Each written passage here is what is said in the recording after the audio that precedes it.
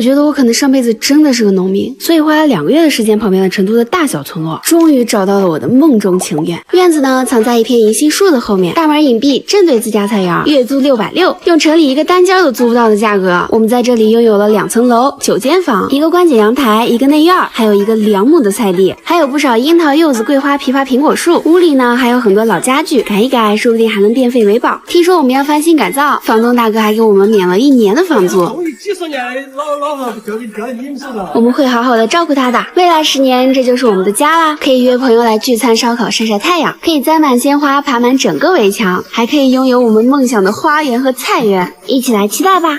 这就是我们在农村花了660租下的院子。租下它呢，是因为周围郁郁葱葱，还有银杏绕屋。只要660，是因为门窗全都锈坏，墙体渗水开裂，院里杂草比人都高。进门左手边的房屋呢，正对菜园，我们准备把窗开大，打造成工作间。院里的彩钢棚影响了视野，要拆掉，再把厨房开个侧窗，夏天就可以在院子里烧烤火锅啦。有点想保留这个柴火灶台，但又想要厨房干净整洁。如何把钱用在刀刃上，把院子改造下来？做过那么多设计的我们，必须不得输。晚上再去抓耳挠才想设计，这院里的草我们已经忍了很久了。大家都说为什么不把院子买下来？因为非本村人是不能买卖的呀。能享受它10年的时光，我们已经很满足了。因为我们村离镇上还有5公里，所以明天我们准备去淘一个火3轮代步，逛逛市场，熟悉环境。打扫这个内院只用了4个小时。我觉得门外院子里的草我又行了。那就下期一起去买火3轮。事情是这样的，前几天我们在村里租了个院子，因为离镇上拿快递有点远，就琢磨着买个3轮车代步，但我们预算有限，只配2手市场，所以买了个旧3轮车下架和一组新电瓶，一共花费1150。喜天爱车火3轮1辆。买车前信誓旦旦说他要开了城小局，怂到连车都不敢上。哎，还得是我。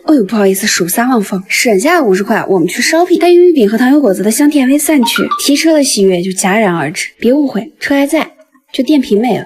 还是买个2手电瓶吧，一家人整整齐齐。但我决定必须让他做全村独一无二最亮的仔，先给他整理干净。哎呦，瞧这样子，这辈子可能还没洗过澡。那泡一泡吧，好搓泥儿。广告纸也缠一缠，再擦干水渍，方便上漆。果然红色还是要用黑色来盖啊。今天不留余地，全部漆黑。俗话说得好，一黑遮千丑。等全漆完，是不是超酷？最后就该你星星姐出场了。You're mad, it's alright, alright, alright, alright, you're mad,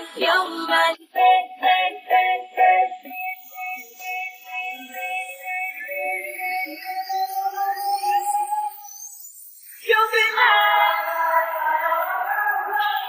you'll be mad,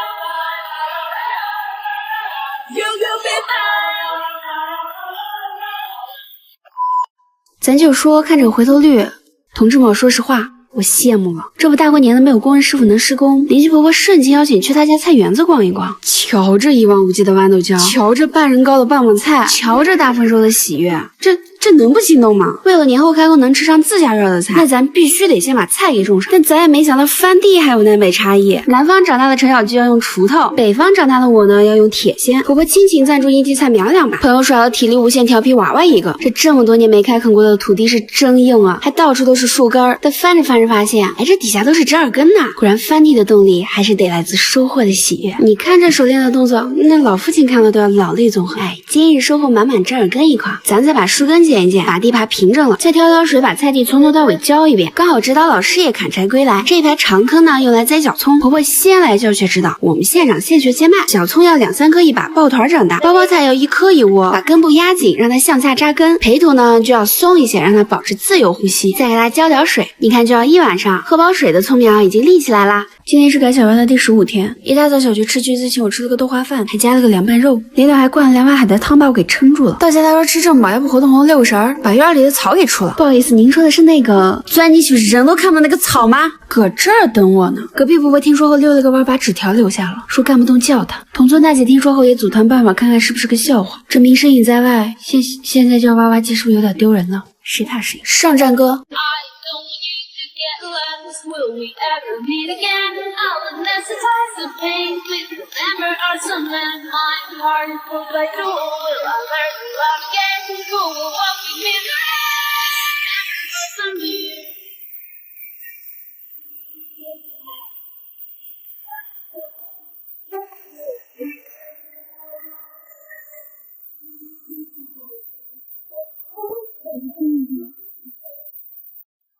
不久前，我和闺蜜花了660块租下了这座农村小院，因为没有通勤的压力，我们又一直梦想有个院子，所以我们准备把这里改造成一个既能享受田园生活，又能拥有自然明媚的工作环境，还能和朋友聚餐玩耍享未来的地方。所以小院的2层楼，我们准备把它分为上层休息区和下层工作生活区。左边的猪圈和仓库全部打通，外侧面向花园的墙做多窗设计，这样以后我们就能在这个大空间里看着我家的花花草草画图设计想方案啦。最里面我们规划了一个4分离的卫生间，这个位置呢离化粪池最近，而且淋浴马桶、浴缸、双面盆互相分开，互不打扰。从浴室出去就是生活区啦，一共2间房，左边的这间是客厅，可以在这里看看电影；右边的这间当然是餐厅啦。从餐厅出来是一间大厨房，我们准备开个大窗户，可以正视院内的风景。又因为我和小菊实在是太爱晒太阳，所以院里必须得做个能享受阳光花香的地方。朋友听说我们要开工，送了一瓶原浆酒，那就把你埋在门前的大树下，等竣工了再开吧。房东留下了一方桌子，隔壁婆婆送了一把豌豆浆，小院开了第1餐，干了这杯奶，我们的小院改造正式开始啦。小院开工的第1天，我们准备先把房拆了。虽然咱也没拆过，但上房揭瓦的梦想是从小就有的。本来是想请工人师傅来拆的，奈何约好的师傅想多陪陪家人，晚点开工。行吧，省下800，咱自己来。但是不拆不知道，这拆房顶真的是太解压了。还好没错误，你就直管往下踢就行。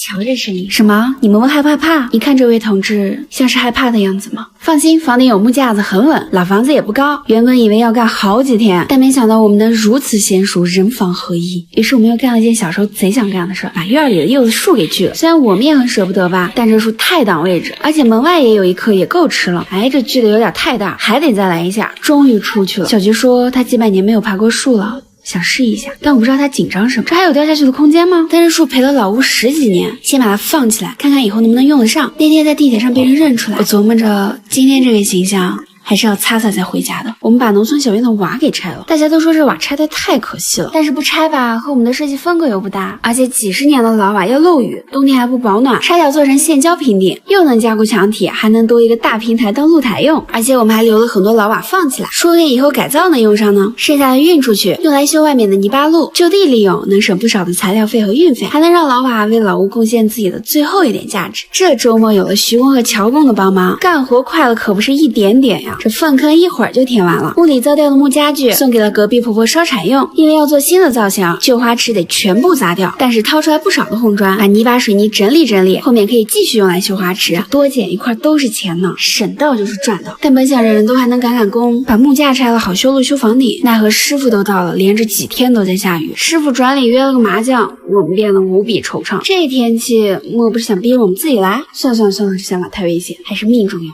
但自从请了师傅们，进度快了好多。这不我们还没到，师傅就把顶给拆完了，再拆一部分墙体，新房顶就可以和原有的露台连起来，扩大到3倍。我已经开始期待我的第1餐露台烧烤了。为了我和小菊心目中的大厨房，这厨房的橱柜和老灶也得全部砸掉，而且不砸掉，师傅也没办法支承重木。但柴火鸡、锅边馍还是要吃的，所以想同时拥有柴火灶台，咱得另想办法。在最后看一眼老猪圈吧，因为不久的将来这里就变成我们的工作间了。这猪圈拆的我们是小心翼翼的，你看我们买一块砖要6毛钱，那这可是满地的6毛钱呀，我可太有动力捡了。但你们知道吗？这运建渣贼贵，但如果你们有个路要修，那可太完美了。你不知道这路又陡又窄，我心爱的火3路都被它卡了好几次。要修房先修路，原来的小桥先干掉，底下的排水沟也很多年没有用了，也要再挖的深一点。本来以为我们3个得行，但200多斤的水泥管滚得动和能放下去，那确实是2回事，何况还是2根，也真是难为师傅了。没有工具的情况下，还能让他们2个完美交接，这周围还得再挖一条沟，用砖砌的牢牢的，这样把形状固定住，路才能更结实一点。还好我南哥和娟儿姐来帮忙了，有人铲灰，有人运沙，还有人提泥，不然这真的要干到大半夜了。当然我的建渣也终于变废为宝，我俩的捡砖事业也蒸蒸日上。你看这旧家的砖块比买的多了吧，感觉这路修的跟不要钱一样。租来的小院真的不要轻易拆房顶，我今天必须得告诉你们，重新做顶有多麻烦。上来师傅就做了个工作桌，这一干事情绝对不简单了。花钱如流水，从脚手架开始，墙上的砖浇湿之后呢，师傅就可以开始砌砖了。这一下河沙水泥砖块就3000块，而且大车进不去，所以砖啊、水泥、钢筋都得人工运进去。这期间我俩还得帮着加砖、铲灰、运水泥。当然2份小工的钱还是要省。砌了4圈高度够了以后呢，师傅要现场钉非常多的板子，把它们固定在砖墙的外面，环1周，防止水泥漏出去。接着大量的木材就要上场了，每隔一段距离，师傅就要架一段木桩用来支撑先浇水泥的重量。当然为了防止漏下去，紧紧的钉上木板那是必须的。一共2排屋3间房，用了多少木板我是不知道，反正我只知道又是6000多枚了。像这种粗钢筋呢，4根捆成1柱是为了承重用的，像房顶的横梁啦，屋子4周的承重都得用它灌满水泥，然后用细钢筋铺满房顶，横1排竖1排，每个交叉的地方还得用铁丝捆起来，一共还得铺2排。当然得预先留下灯线，但这一买钢筋4000多又没了。然而这才是准备工作，水泥还没浇上去呢，师傅的工钱都快1万了，是真的肉疼。但自己装修肯定是要该省省该花花呗。当然拯救木头的大计也必须安排，从房顶拆下来的老木头，把钉子砸掉整理整理，后面还能做不少东西。买一根木头要8块钱，那这可是满地的8块啊！不说了，我去改造农村小院的第 N 天，我们终于要把这房顶给盖上，咱家小院也终于要见见世面。只见他伸出双脚扣得绷紧，慢慢的张开了他的手臂。其实也想过他手臂长，但没想到能这么长。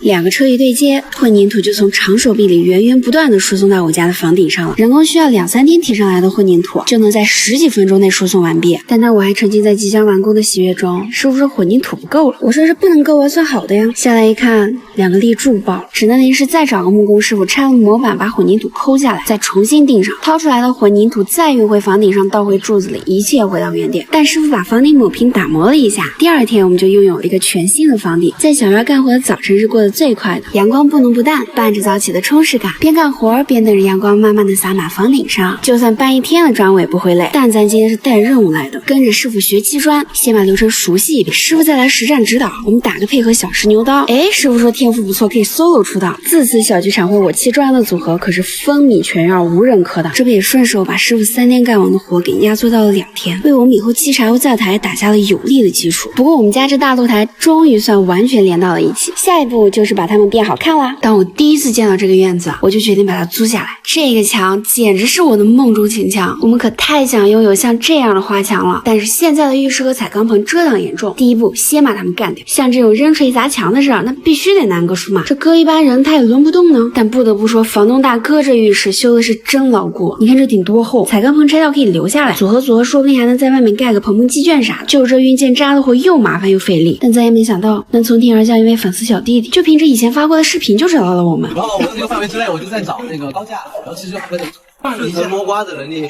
这何止是可以，这可是把自己送上门来的壮劳力，是时候让他知道我们是有多不见外了。这里车运走，我们也是真没力气了。这还有最后一小节花池，我们得挖掉，把花池扩大。铁打的哑徐子血，流水的帮手今天换成老乔。您正在收看的是50倍的快速播放。其实胳膊腰杆没有一处不再酸胀。清理一下现场，先用水管摆出大致方向，灵魂画手即将上场。这徒手画的弧线还不错，接下来就是要在弧线内把水泥地给抠下来。先拿小锤把形状溜出来，再拿大锤把水泥地全部砸掉，最后再清理水泥碎渣，露出黑色土地。最后一车的碎渣拉完，我已经开始期待它遍布鲜花的样子了。不知不觉又干了1天。最后我想说，这种送上来的壮劳力能不能多来一点，在小院里修一个花园。虽然它现在长这样，看着工程量就很大的样子，但看着我们村漫山遍野的花又会这么大，那咱是怕干活的人吗？东西该挪走，再清理一下成年老狗。你看这不就几秒钟的事吗？上期咱把该拆的都拆了，又不要挖了个弧形花池，所以左边这么大的地儿，我们准备用砖砌个花台出来，摆了 N 种方案，最后还是用前座位后花池的方式打造一个休闲区。而且这不是咱免费的砖多吗？师傅提供技术要点，我们操刀砌砖抹灰，这一大半的人工费又省了。中间用不要的建渣和碎砖头填满，还能再省点砖，再用水泥把口抹平封起来。结尾处呢，让它平滑度过渡到地面上。墙角的这棵桂花晒不到太阳，所以我们想换高一点的树。这棵小桂花终于能出来透透气啦，刚好弧形花池的土要挖下去一点，那一车装了还能去填新的花池。要不还是给这座位砌个靠背吧，这样还能放抱枕坐得舒服一点。就是多了一分工序，得用水泥一点点的把弧度给抹出来，不过这样是不是更柔和一点？造型 OK， 最后再拿水泥整体的抹光滑，沙铲一铲就行了。打扫一下战场，简直不要太有成就感。就这么大的花园，自从我给小妖做了这个大露台，我天天都在期待什么时候能拆掉这些木桩桩，因为拆掉这些木桩，我们就终于可以做室内了。毕竟这天天挖土刨砖运建渣，这个腰杆是真的有点遭不住。你看这搬木头多轻松是吧？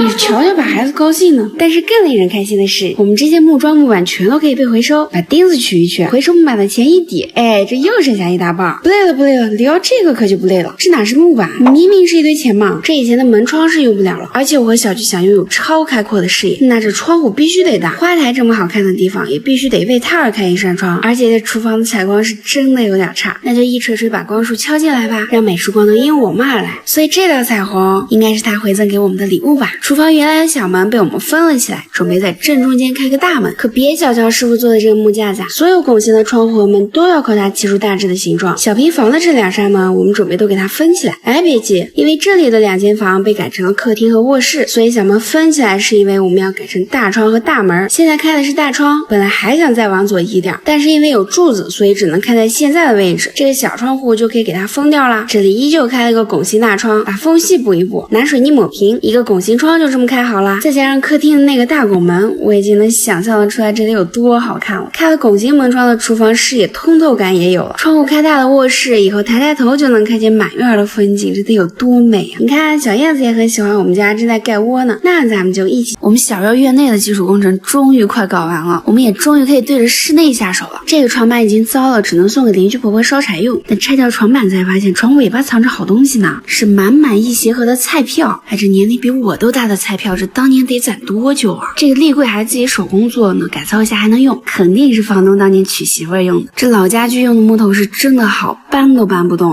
这也得留下。但是这堵墙我们得砸掉，而且还不止这堵墙，外面的这堵也得砸掉。放心哦，都不是承重墙。砸掉这2堵墙之后呢，原来的厕所、仓库、主卧就变成了一个大空间。你们看这得有多开阔！砸出来的砖呢，我们要在这里做一个造型隔断，毕竟这空间尽头还是有一个卫生间的嘛。而且这里的地面要高出几块砖，高度弄不好就会很丑很丑的。这敲砖的任务当然是我俩来，绝对的咸酥鸡也好用，况且还有自己送上门的小奶狗陪着，最近天天都要来要吃的，看样子很喜欢我们呀。那就给你取名富贵吧，咱从此不再流浪，我们争取让你大富大贵，好不？柱子部位终于砌好了，就剩上面的拱形部分。韦师傅为了帮我们省钱，能用旧的材料绝对不买新的。这木模板一固定住，整体造型大概也就出来了。但是这细节的地方还是得让师傅慢慢的砌出来。那我俩这后勤保障也绝对得跟上，毕竟还有这么多砖要敲，下午把砖洒水，师傅还得用。如今我们这敲砖的手艺是精准打击，收放自如。等师傅把缝隙填满封个顶，再拿水泥抹光滑了，咱这造型一大半就完成了。哎，这小造型挺好看，留下来。这修下来的苹果花是真好看呀，拿回家。咱家的小院终于到做卫生间的地步了。我寻思吧，这废砖多呀，不要钱。砌2间房，各自为营，互不打扰。中间这堵墙呢，要买管子挂东西啥的，得砌一个2、4墙牢固一点。虽然我们请了2位师傅砌砖，但活总有干不赢的时候呀。我们多学点，多干点，那师傅的工钱就能多省出来点。很多人都说我们土豪费钱费力给别人修房子，但其实吧，我们只想尽全力让今后10年的家不将就，想把最普通的日常过得生得其乐而已。你看，就像这砌砖吧，你得不薄不厚，砖缝得上下不重，不发的砖呢会吸水容易开裂，不齐的砖那就得从头再来了。你说要不修这栋房子，我们哪知道这些？咱得存一点童心，这生活才好玩嘛。还有大伙最关心的问题就是我们更新太慢了，这你们真不知道，这改个院子琐碎事儿真太多了。一会儿师傅嫌水泥太稀，好嘞，我俩就得风风火火去撞沙，把水泥和干点儿。这还得回来把相机拿进去了。风风火火的小工，这材料可不能断。等这边的素材拍够了，那你和下一个，我走了。就在这儿啊？哦，我提一下，一起吧，别跑，单趟它。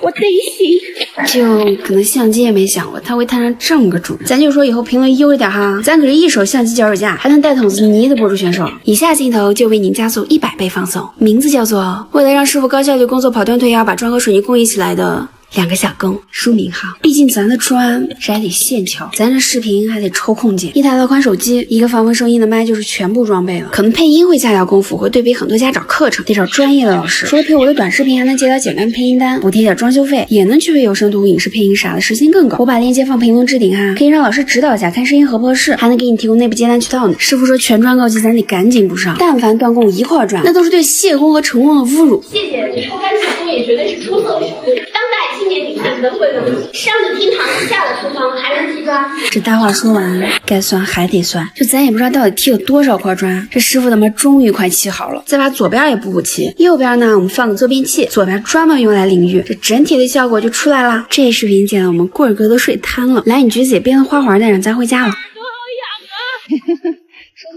朋友们，咱家的小院终于能拥有像这样满面绿色的窗景了。大家都知道，咱小院有这么一面墙正对菜园，那只要把这面墙的窗户开出来，菜园再好好打理一下，那不就必须的。成败再次一场，但还是得先把建渣给运出去。哎，不是有好多小伙伴想来帮忙嘛？我们活儿很轻松的，你看一点儿都不吃力，一点儿都不费劲儿，一切岁月静好，而且用完也就一下午而已嘛。餐厅的这堵墙呢，后面是一棵杏树，房东你太棒了。这样吧，我们在这边摆一个餐厅柜，然后我们再坐在这里吃饭。对呀，吃饭前头一看，哇，春花春，给它起个名叫树花。绝了绝了绝了绝了，刚刚好，量好轮廓咱们开砸。怎么说这砸墙牙姐也算是老手，但是今天这个妖风七拐八拐的，没事咱有装备，就是没人用。这怎么办？咱就屏住呼吸，眼睛一闭，不等这傻子就追不上我。这真的是最后一块了，成了成了。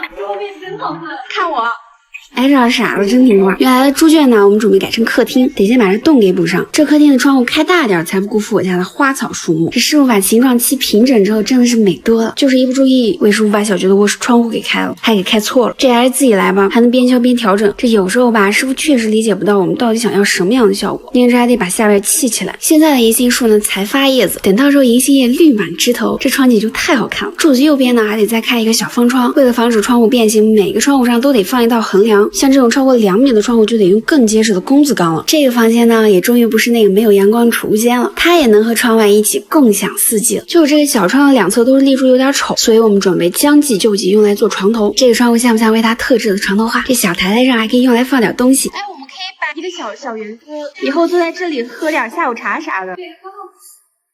是自己的那个梳妆台吧？哇，每天早上起来都在自己的窗户外面化妆，哇，这有点刺激啊。就是又花了好多人工费啊！终于到最后一个卧室窗户了。徐工和小菊为了窗户衣柜的大小，已经争论了半个小时，战况多激烈，我就不给大家剪了。毕竟这个现场是真的有点吵。但头号吃瓜群众给你剧透结局啊！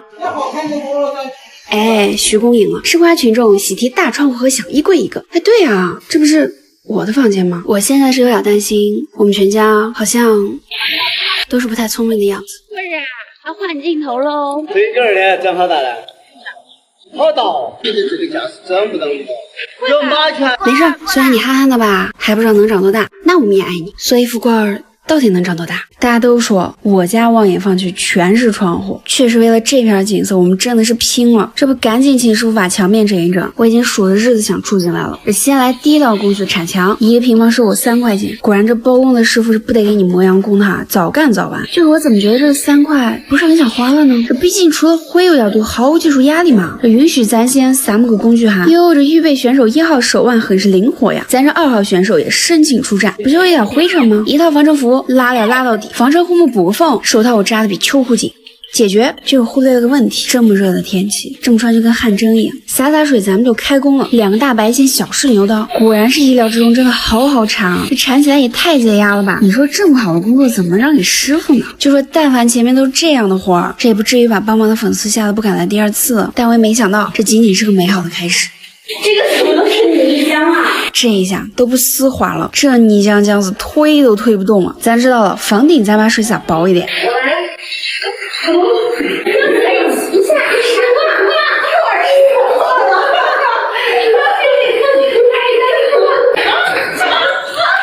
哎呀，真的是人家是淑女的嘛。这什么亲密动作？别人回头又一个龙干的。这里好好铲哦。好铲你就多铲点，毕竟后面。哇，这里好难铲啊！3块，我有动力。有动力就好，毕竟干完这些活，咱还有大事要干。这不院里的苹果树也开花了，樱桃也红了不少，但是被小鸟吃掉了好多。为了让它能给咱留一口，我俩得做个稻草人，高低得唬唬它们。咱先量个肩宽，把骨架做出来。哎，行了，胳膊翅膀都出来了，但还得再撒么点东西。多好看的裙子嘛！你看我一挤，你看谁家稻草人是女的，咱们独一份。本来想用沙发海绵填充的，还是算了吧。你做出来会不会特别性感？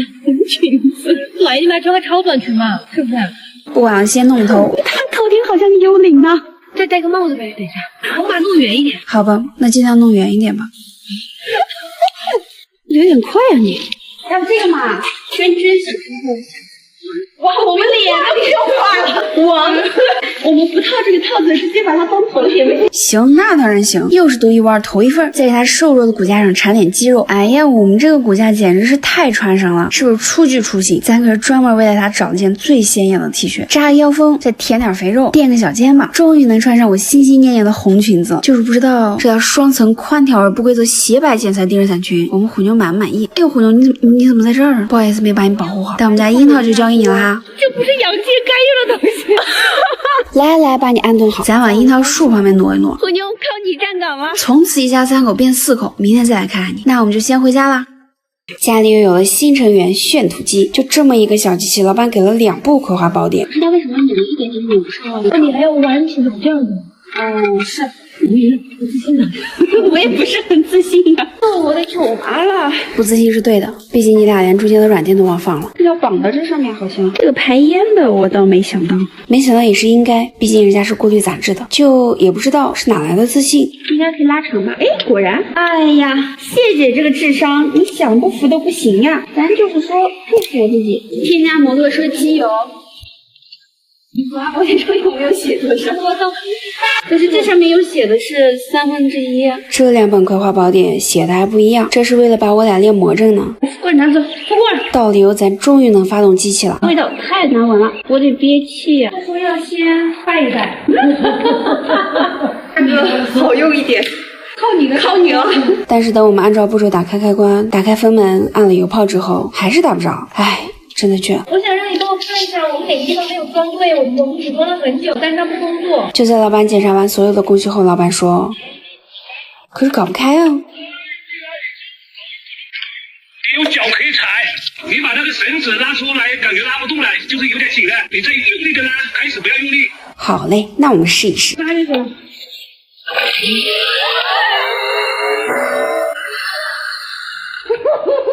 太狂躁了！啊，他一脸懵逼，发生什么了？虽然吧，刚开始还是要适应一会儿的，但是上手之后发现是真香啊！这片花池要让我俩动手，估计得翻个大半天。但是用这翻土机，这不分分钟就搞定了。就是这机器是真的不好打着，遇到狭小的地方也很不好拐弯。我觉得用来翻外院的土应该是把好手。这种多少钱买的？20块钱，0.5T。这都啥种咱也不知道，有没有懂行的网友看一眼？最近看到有网友买的绣球花种子长出来一个包包菜，倒也不是不可以哈，就有点怕啥都长不出来。好像那个跳大神的，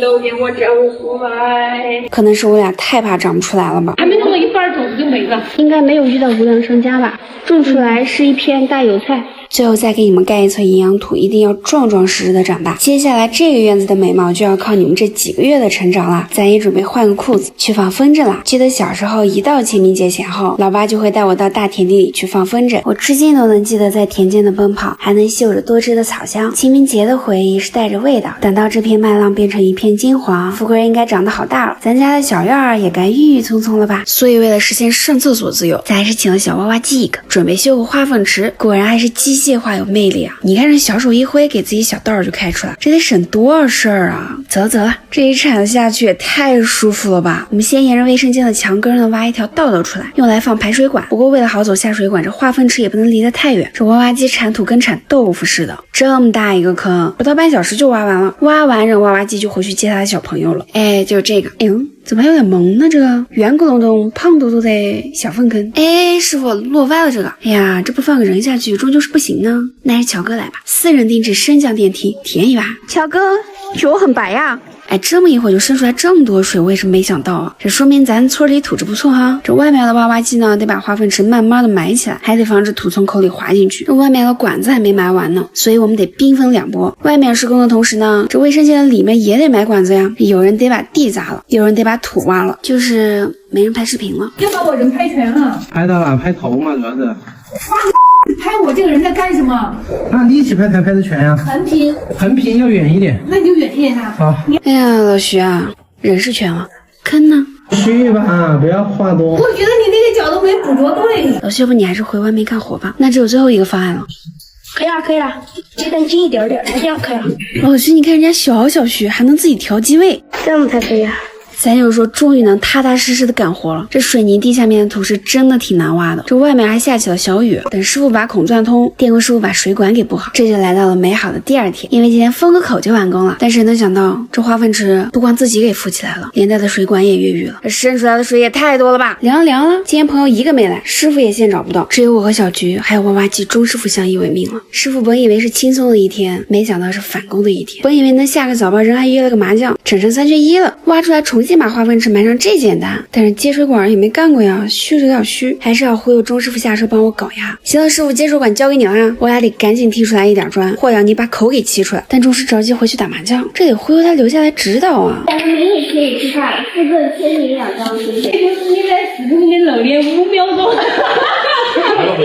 哎，挨不挨打不打紧，留下来指导就行。轻轻的拔点就对了，这方向要抬点起来，不能以那个管口作为参照，晓得不？你看，说着说着不就忍不住自己来了？不就是白沙这里河雷锋？你看，夸着夸着我俩不就可以站着看了？因为下午慢慢骑，我回去了。走是走不远的，因为周师傅明明不想干，奈何又看不惯。等师傅把基础补好，上面就容易多了。我们给师傅管饭了哈，视频为准，毕竟还是要搭师傅的车去这里买水管的嘛。这把新水管换上，钟师傅再把坑一填，哎，我们才恢复到了昨晚的样子。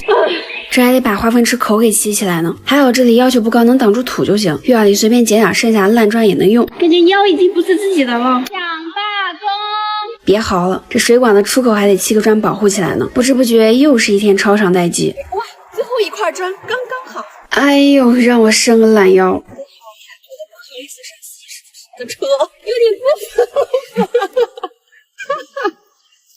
这个我还是擦一下吧，最后再处理一下。钟师傅还顺便把地给我们翻了。真的还是很大呀，谢谢。见笑了见笑，没太见过世面，到底得花多少钱啊？这个其实咱也不知道，倒也不是我俩土豪啊，我俩只是单纯的胆肥，所以呢，只能多练9点5亿，能自己来就自己来呗。那最近小圆该刮腻子了，这本来我是四处蹲点的，准备暗中观察偷师学艺，但是看了师傅的技术之后，这个些钱该花还是得花哈。你说这师傅赚点钱也不容易，怎么老有人净想自己干省工钱呢？真是。那啥，师傅你慢慢刷啊，我们去外面干点活。哎，但是等师傅把墙抹完了吧，这做门窗橱柜又是一大笔。但我万没有想到，这些网友有骑着摩托车把自己送上门干活的，有开着跑车来院子接我们下工的，这还能有自己上门要无偿给我们做橱柜的，重点还是你们给送上来的。本来我以为人家说着玩的，直到小哥拿出了橱柜色卡，还带我们逛了逛他家的家具展厅。这些网友能处啊，有事你们是真上啊！大伙这云养院养的也是非常到位哈。你们说化粪池埋完要先灌水是吧？好嘞，这就去。你们说接下来老瓦还能修花池是吧？那必须安排，咱这就用花池把老瓦给围了。这个背影有点熟悉呢。哎，小哥哥不光送来了橱柜，还附赠了壮丁一杯。这第一次来也不好意思让人家干重活呀，那挖车土吧。真的拍啊？拍呀，干都干了，怎么能不拍呢？来啦！你说这小哥干活也是真实诚哈，我人都走了，这歇都不带歇的。单身，因为单身哈。单身啊，姐妹们，雅姐只能帮你们到这儿。你别说，这正反交错的瓦片围出来的弧度还挺好看的啊。家里看起来是要比你小一点，明明比我大3岁。真的吗？你看他，我真的，我天啊，谢金雅你是真的老，我跟你说，这不可都是问你娃多大了呀？师傅没有问我娃多大，师傅问我有几个娃。唉，干活催人老啊！本来想听你们话，像别人家这样给樱桃拉个网，得这也不用拉了，虎妞跟没用的一样。这些鸟儿是不是都怀孕了呀？这么喜欢吃酸的，边吃边在流口水。我这个独苗啊，那也没办法了，这熟了一人一半哈，咱先买点老奶奶卖的吧，他家都熟了。这吃小菊说要去给我买礼物，怎么还不出来？你真的吃主，花个圆。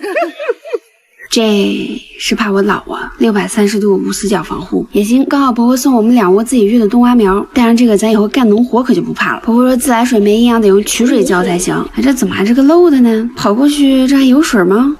那多跑几次好了。喂，这个营养怕是有点复杂哦。等婆婆给我们菜地指导教学完，下次赶集就把苗买回来种了。师傅这边把墙也给刮完了，虽然还没上软装吧，已经开始有点温馨了，这怎么肥字嘞？就那啥，橱柜有了，窗户还没着落呢。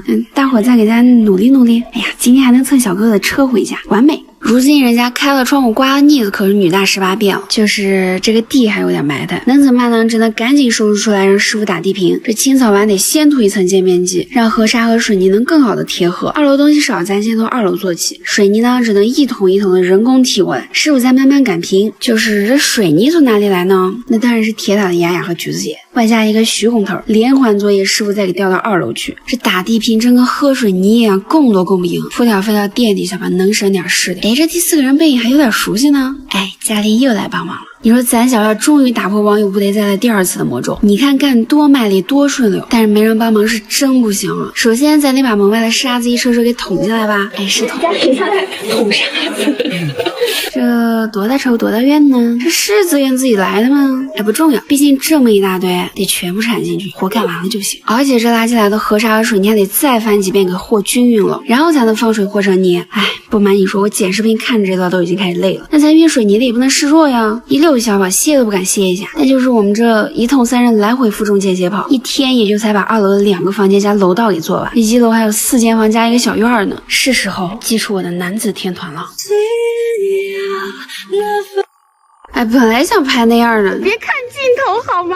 这还是算了吧，有人跟我就行了。这假山一样的水泥啊，这交给男同胞不好吗？这体力活有人干，它不香吗？你说这让我俩自己弄，这得弄到啥时候去啊？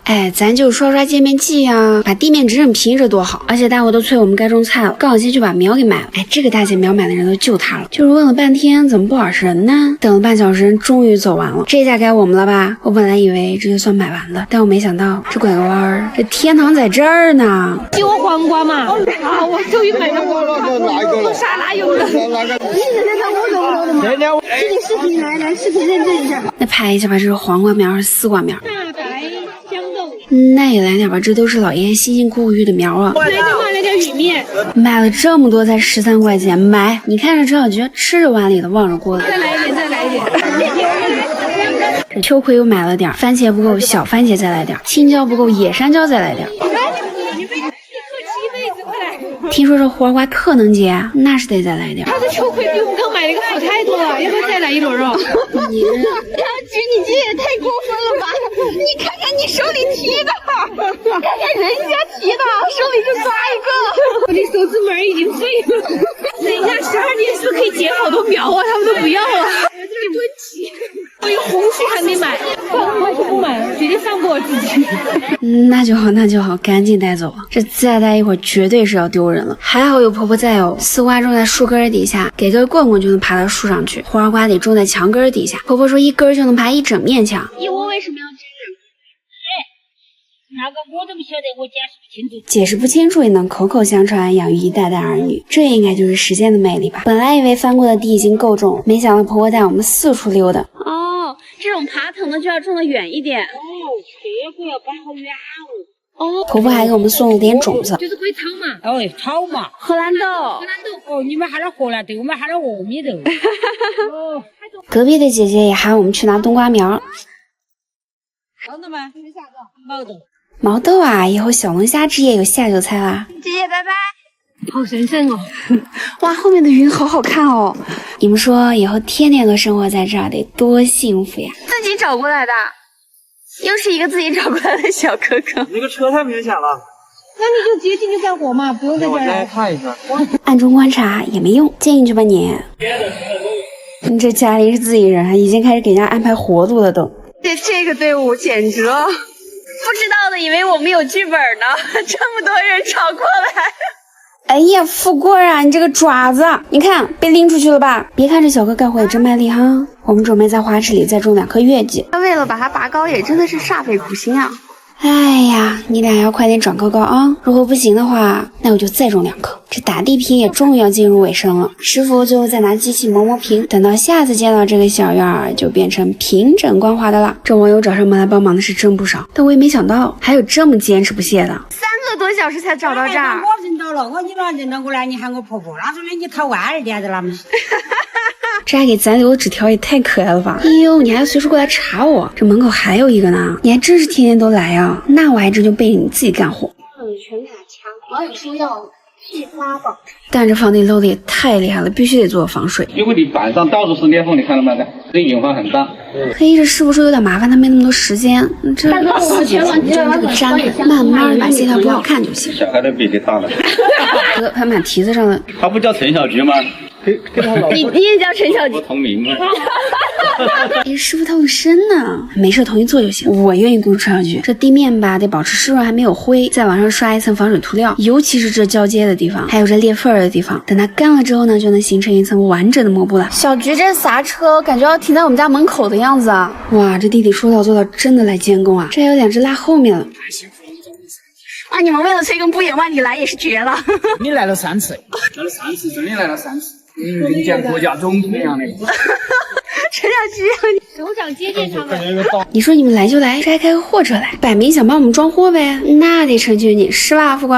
哟，我这回来已经干上了，这真的不枉老徐从人家工地上淘来的卷材，卷材费省一半，人工费省一大半。嘿，为了做到滴水不漏，咱得加点胶粉，把卷材粘得牢牢的，墙上先抹一遍，卷材再抹一遍，贴到墙面上之后，在外面再来一遍整一个三明治。哎，咱连气泡都不带放过。哇，你什么时候过去的？你就才米酒。姐，像不像我们来了人家家？我们在人家家帮忙啊，喜欢他们反客为主的感觉。我记住你们了，柴火节的时候我给你们打电话。老徐，你有没有想过你也是客人？这半天没见唐蕊给自己干上了，再偷瞄一眼，哎呦，是真卖力啊！你的这个汗，不要陪我，还说我这个人。要是就接了什么用？你跟得这么歪。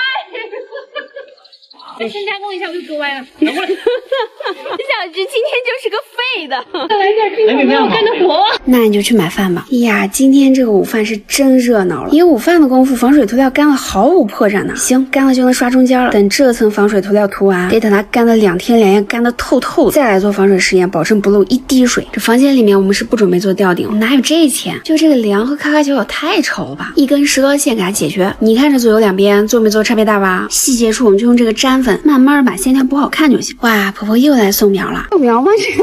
这怎么都干巴成这样了呢？赶紧补一颗，先把口粮给保住。赶紧来看一下我家桑葚，婆婆给我们织的吧？应该，她看我们桑葚结的太多，要掉下来了。哇，这都有熟的啦，摘2个和陈姐一人1个。哇，这2个可以吃的吗？啊，好吃吗？酸甜口口。哇，真好吃啊！哎呀，2天的时间终于到了，来呀，排水口先堵起，咱放水，再静静的等2天，漏不漏水就看这么一哆嗦了。这我能收出场吗？我决定了，这壮劳力也可以是男嘉宾，云养院也不妨碍云相亲呢，不能让姐妹白听我。想要相亲中转站正式开战，正在向我们招手的是1号男嘉宾，阳光帅气的外形，娇嫩羞涩的脸庞。陈姐在后面虎视眈眈，让妹妹们赶紧下手，看姐姐年轻一点就不会让给他们了。这还听说帮他找女朋友，脸上的笑容就没停下来过。这不就为了表现一下自己吗？本站头号颜值选手，你值得拥有。现在正在挖排水沟的00后小可爱是我们的2号男嘉宾，千里送人头，人小精神好，时刻关心着妍雅和橘子姐有没有背着他去看体力活。跑哪去了？又背着我们不带我的意。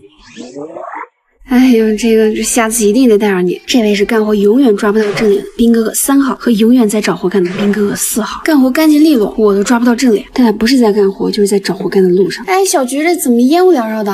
抓到你了，你又在默默的干活。他是务实2兄弟，这很难不爱的嘛。这才尘土飞扬中修路的，是含着金汤勺出生的5号男嘉宾。本以为细皮嫩肉不堪重负，没想到人干起活来完全没有包袱。对不住，戴军，世牙界狂妄了。这位汗水打湿了衣衫的壮汉，铲土界的大佬，拉车界的标兵。不过人家有家室了哈，这个姐妹们还是放过。咱还是说我家0吧，当服还没换就直奔小园干活。不过作为小园常驻男嘉宾，今天就不让你抢风头了。哎呦，今天这路修的缺什么都不缺人了。你说这天气溜更在咱小园剪个视频还不香吗？剪视频呢？网友都在问你，这个配音的声音到底是你的还是我的？这还用问啊？这是橘子姐配音啊，平时都是。得澄清一下，赶紧给我拍下来。不过我这平常说话的声音，确实和配音用的声线还不太一样。其实大家系统学习一下都能实现，就算不做短视频，也能接到有声读配音单啥的，赚点零花钱。还有1对1指导和内部接单渠道，给你们评论区置顶了哈。这位正在手工现做木耙的是最后一位男嘉宾，但我也没想到这是最硬核的男嘉宾。你在哪找的房？我到你这5分钟。5分钟，这就这是来和我们做邻居来了呀！啊，你这个小路怎么比我们那边幽静呢？这个，那我心里平衡了。这个进你家门也不容易啊，狗都找不到。哪个？不会是这个吧？这不是纯砖房吗？你租这个真有勇气啊！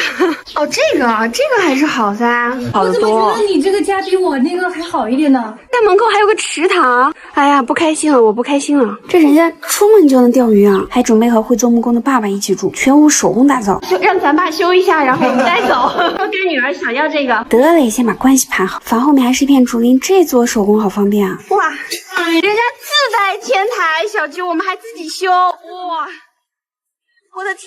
姐了，你说在这里随便一布置就好看了。他们家还是湖景房。哎呀，我都想来帮他整天台了。这以后有了串门子了，我们也得赶紧把小院整好看。就这个外立面吧，怎么能这么磕碜呢？那不行，今天必须得把衣服给你换。怎么着一个小仙女不是啊？首先得在这上面刷一层渐面剂，加强粘性，尤其这有瓷砖的地方坑坑洼洼的。师傅说吧，就这个外立面吧，怎么能这么磕碜呢？那不行，今天必须得把衣服给你换。怎么着一个小仙女不是啊？首先得在这上面刷一层渐面剂，加强粘性，尤其这有瓷砖的地方坑坑洼洼的。师傅说往腻子里加水泥就能把它抹得平平的，转弯处呢加根鹰角线或者羊角线，哎，用腻子一抹，是不是瞬间棱角分明？得嘞，师傅啊，技术活留给你，这枪再慢慢刮平，待会儿还得刮白呢不是？我俩得对着花园这外墙下手。清明节撒的花种子已经长这么大了，哎呀，这小苗密密麻麻的，看着都开心呐。得先铺个薄膜保护起来，这每踩一脚都心疼呢。哎呦，我这铺个薄膜恨不得走一个凌波微步出来，这得拿石头压严实了。行，咱这就开干，先整个顺手脚的工具。哎呦，小陈儿，这要插鱼啊？怎么还没开始蒸香？我都有点累了。还是弟弟们不在，弟弟们在了你就不会累了。你说这好香啊，好浓啊，令人心脾的香。可惜了，网友们闻不到。但你们可以看呢。朋友们，这到底是啥树啊？陈姐这都闻上头了。哎呦，这嗨呀！在这正式刷漆前呢，为了防止墙面反剪开裂，咱得先刷一层墙面固化剂，再来刷白漆。怎么会这么晒呀？咋这么晒呀？好晒的太阳。挪个阴凉地儿吧。哎，这小哥哥不在的时候吧，别说拧瓶盖，油漆盖都给你拧下来。来吧，提个裤子，咱准备沉浸式战斗。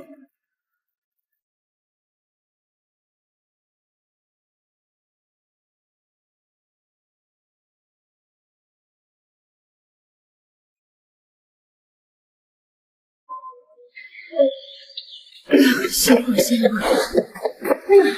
你小菊他们那个是在弄琵琶吗？哎，是啊，不是弄点琵琶吧？哎，走。啊，那个美女是琵琶。大丰收啊，姐姐！马斯啊，谢谢。哎，来了就给琵琶，多不好意思呀。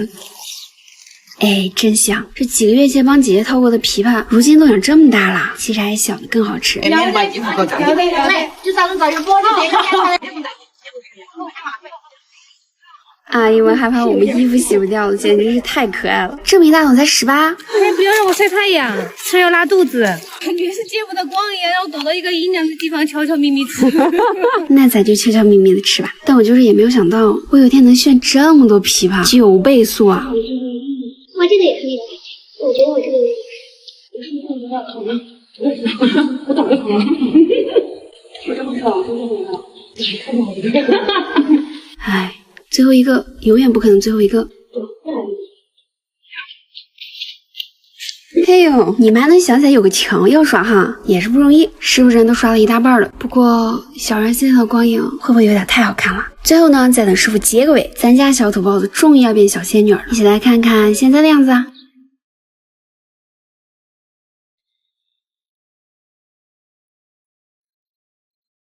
哎，别走，还有彩蛋呢！两下的燕子妈妈生了5颗蛋，我发现师傅也把他们家给装修了一下，而且小宝宝已经孵出来了，小园有动物之新生命啦！以后你们可以驯养小燕子啦。事情是这样的，我不是在农村花了600块租的这个小院吗？小院有个围墙，这么高，我们就梦想能拥有一整面的花墙，所以我们撬了水泥地，买了翻土机，撒了花种，种了月季，每天浇水期待着。好在它一直茁壮成长。但是有一天，有位小姐姐私信我说她有很多花，问我要不要。我说那肯定要。所以我们小院终于迎来了第一位小姐姐，还是位送花的小姐姐。哇，谢谢，这里好多。哇！小姐姐辛苦你了，我的天，这么多！你笑的最后很好啊，来控制一下。我直接给你摆回去。这多美好的开始啊！但是永远没有白说的但是。小老板是菜，是菜，这个也是菜呀。啊！这个真的是菜，这个是花，这个是菜。Double kill. 那你那个就不要做了，预计要每天20Triple kill. 它压吃了之后，它的底部才会长水条线。哦，不应该把它绑立起来。对，一定要绑这里。Quadra kill. 我这把馒头花都会长不大， Penta kill. 所以我不止花种成了菜，我连菜都种不活。你们家有一个超级大的花园是不是？他们都是没有地方放的可怜的孩子。全拿来，我们这边有地方放。唉，雅姐也不想如此厚颜无耻，但这个局势的确也不容忽视。先去买点材料，把土壤给改良了。早点开，批发过来网上我的小放心吧，这个是斯里兰开的，不是海南岛的，海南岛了。哎呦，这里头倒的还多哦！再细说这些椰子可做的叶砖，能让植物根部透气保湿。这里买，粗细都买。花朵1号长苗的2号是干嘛的，2号催花的，3号嘞？没有3号。嘿嘿，我还是不问了吧。我现在是只要有在西就行，能买肥料，能买植材，能薅老板羊毛，再顺2包药回来，重点还能要一点什么饭？鸡粪。果然一看就是我们院儿。那我再问婆婆要点草灰，咱就说能不花钱绝对不花。这椰砖得先在水里泡一下，泡开捏掉水分才能用。这玩意儿给我个板凳，我能捏一下午。改良土壤的配方来了：1袋珍珠岩，1袋蛭石，1袋肥料，1桶草灰，再用碎泥土一拌就行。嘉玲呀，你来的有点太快了。之前他就是想简单磨个洋工而已，就是没想到遇到个卖力的帮工。别问我这个弟弟是谁，嘉玲中午吃了个酒碗，下午就顺了个帮工回来。我想弟弟是酒还没醒吧。这把土拌匀，花坑挖好，小院全体帮工获得人手栽1棵花的殊荣。我明显都已经看到了嘉玲的笑容。此刻的嘉玲正激动地给她的女儿1颗粉色的龙沙宝石盖上营养土，并怀着让她爬满整墙的期许取名刘一强，并在我们还没有反应过来的时间里，把刘一强旁边的绣球都给种，并露出了老父亲般的微笑。陈姐，我种我的蟹满墙，你帮我搞土。你帮我的肯坚强。咱先给满墙来点肥料。作为一个藤本伊甸园，人家不光能爬满墙，365天300天都在开花。我的女儿，她叫肯坚强，今天终于把她接回了家。你女儿喜欢吃分的，口味重也不是1天2天养成的。身为小院唯一的蓝色花花，谢姐今年必须得种它。小院的唯一只配谢姐拥有。好了，你脸好黑，退下吧。作为小院的颜值担当，这棵蓝雪花一定要好好的爬墙呀。小型藤本它就是垂头的那种，根本往下掉。哦，全部掉在这面墙上啊！听到了吗，朋友们？掉满整墙的话，这要美哭了。只有这么高吗？对，掉多少刚刚好。哦，对，听到了吗，朋友们？我又有信心了。这刚栽完浇个定根水，没想到就下雨了。这才是小院花园正确的打开方式嘛。咱就下期见吧，朋友们。几个月前的一天，我和闺蜜租下了这栋浓缩小院。小院风景特别好，但屋里采光非常差。所以为了这片窗景，我们东砸西砸，砸了16个门窗出来。好看是好看了，就是我们也从家徒四壁变成了4处漏风。我们赶紧找了很多厂家，但他们说，你看那么多拱门也就罢了，为什么这拱门还都是歪的？不过还好，还是有厂家愿意做的。就是我发现我做不起，事情就这么走入了绝境。但让我没想到的是，网友们帮我找了个门窗大佬，而且大佬还真的来了，还是从天津来的，还不光自己来的，还带了一个团队来，连样脚都搬了过来。看着他们自信的表情，说实话我还有点懵。1、2、3、4、5、6个墙体，一层一层的削弱。我那个窗子的热，墙还热乎乎的，窗子凉好好。这怎么感觉是我们不配了呢？这窗户全是电动的，跟屋的连着，从大门打开门，1楼所有的窗户全都打开。一家飞了以后，所有的窗户关着，跟室内抽烟的人多，空气污染严重，窗户都是。然后当地的天气预报下雨，窗户是这是一个把手，夜就只有1种窗户是这样。这本来就想要个能挡风的窗户，这怎么还整了个行业标杆了呢？不考虑成本呀！我天，大佬就是大佬。哎，那就是说，咱这小破门也要给我们换了？这套5镜几千块钱，高清显示屏这个几千块钱，加那个识别探头，这个又是几千块钱。大概多少钱？大概4万左右。我手都有点抖。要不是你们赞助，可能我这辈子不会买4万块钱的门。这个门都这么多钱，这我这全屋的窗户得多少钱呢？哎呀，徐工，你收一收，咱见过世面的人啊。太窄了，可以砸是吧？那必须可以砸，你们都不限制预算，那我还嫌窗户大吗？想把墙砸掉，这面墙也砸掉，回去给你选择一个你们这真的不管预算啊？也是，你看我这用的是什么？应该人家这用的是什么？雅姐就不给你们打字幕了，反正就算打了。好，完全听废了。哎呀，这真是对不住人家，人家如此专业，奈何遇到2个听不懂的废柴。这还得带我们去看看实物，才能想象到是啥样的。哎呀，这就是要送给我们4万块钱的门啊！哎呀，我都整不好意思。重点是，人家安防这么厉害，我们的院子4处透风，隔热也是真隔热啊！这第一次见拿自家窗户当冰箱门的。有害的气体哇，这真的会开啊！这在室内烧壁炉我都不怕了。这也是真的没想到，我们还能过上不看价格任选的日子。这些网友实在是太能处了，不光送人送物，送萌创自语，还要时不时的派人线下指导。我劝大伙没事不要真的整个院子，虽然我整了，还做梦都想拥有一院子的花墙。但经历过花种成了才被网友嘲笑，但又看不下去，只能亲自带花上门指导之后，我以为我们行了，所以开始挖地准备改良，突然把剩下的也种了。但我没想到，下了一晚上的雨，我的花池变成了鱼池。我的花土也变成了泥土，这也没事，晒2天就行。然后就下了1周的雨，但是在西又来找我了，我以为无力回天，他说那给我带点多肉，咱们种房顶上。然后我就看到了这1点多肉，带的也太多了吧？这个上面不是只有这么高吗？对对对，叫多肉刚刚好。哦，对对对。而咱们这是要拥有一个多肉垂钓的大门了，先去花市补充点好货又便宜的。不过这比洗在西带的这修货有点嫩气啊。不过买了这么多也就花了30块钱。是，咱这次从买花材开始就偷偷学艺，但是当然还有常规节目。两把少的给我吧，一把杀菌的，一把打虫的，好不好？叫白嫖的快乐。来吧姐妹，在西多肉小课堂正式开课。泥炭土又轻又防水，但是单用会板结，所以得下6成五花八门的颗粒土，比如珍珠岩，让土壤透透气。当然你预算高就换成这个轻式，不容易粉化，还挺轻。为了省钱咱是混着来的，家里要有沙子等也能兑点，再来点制式，这个可是发根利器。选择困难症呢，你就用彩虹石，里面各种颗粒土，这光加石头也没营养哦，咱得来点羊粪，再下来鹿沼土，让土壤偏一点的酸性，加点缓释肥，让它慢慢的释放营养。我当年还是小白的时候，一个种花的大神推荐给我的东西，这很便宜。就现在大家不是都用那种小白药啊、小粉药啊什么的杀害虫啊、杀虫卵吗？这个又便宜又大碗。这明你们还是自己截图吧，这个倒一点就行，然后加水把土拌均匀就行。考点来了，那加多少水合适呢？拌好你的土，然后它是一坨吗？这种就水多了，软化它不会成一坨，这很湿润又不成一坨就可以了。对，那种多肉前要怎么准备呢？得先把原来的土和根给它抠了，晾几个小时之后呢，泡多菌灵，再晾干就可以种了。不过刚刚就是正确的教科书式种法啊。然后我的野路子是什么呢？直接把它插在我的那个营养土里面，就等一下了，就不管它了。然后我试验之后，因为我是教科书的种法的死亡率跟这种种法的死亡率基本上持平。那行，那我们也用野路子，但是这个枯叶子一定要揪掉，霉菌腐烂都是从枯叶才开始的。得嘞，准备好咱就开种。这还得先把水扫了。这有洞，有洞好啊。这花池的排水口也有，我们要先在最底部铺一层陶粒，它的空隙大，方便排水，再啵啵的撒一层我们拌好的土，然后咱这就可以种花了。好大一颗哦，这个。对，所以说我跟你说是老庄啊。这个巨无霸，哎呦，哇，没掉啊，没断。这在西带都是能掉下去的巨无霸呀，这种都给它摆在边边，不能垂掉，再给它摆中间。摆好位置的多肉呢，咱就可以给它栽土了。当然，这么麻利的手法，那必须得是在西啊。多肉的生存能力呢是非常强的，甚至直接把叶子捋下来，随便把枝丫插一插都能活。这掉下来的叶子和多肉的坨坨不要丢啊，只要它有芽点，斜着插土里，过段日子人家又是一头小多肉，你们可得好好长啊。这个房顶就要靠我们今天种的这些扦插了。最后呢，再给多肉盖一层铺面，防止营养土被风刮跑了，然后就大功告成了。我怎么感觉这一不小心还造了个花镜呢？还挺好看。等你们这波长大了，我就靠着你们发家致富。姐，你在小秘密种啥？这都被你发现，我本来想让你哪天看到开花了，感叹一句，这是哪位英雄给你种下的？你就是我们小院的英雄。我们的菜都能吃了，小菊。你花种的不怎么样，这个菜长在这儿还可以。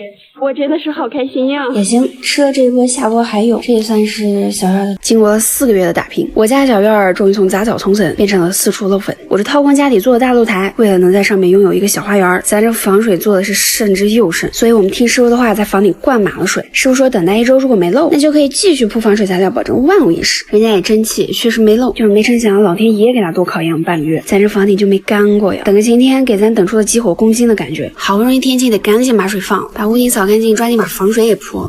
听说这次时间紧迫，小院男嘉宾主动请再次返场。今天要是没他们，我俩是真做不了。咱人手多，卷材都不用剪就能直接贴了，但是得把底下的水泥全部赶出来，不然里面容易留缝隙。底下完全贴了之后呢，撕掉薄膜，在面上再来一遍，总共4层的防护。咱这房顶是不可能漏水，绝对不得漏。你们老问我人家来帮忙管不管饭，你说这是一顿饭的事吗？你们这帮人啊，肤浅。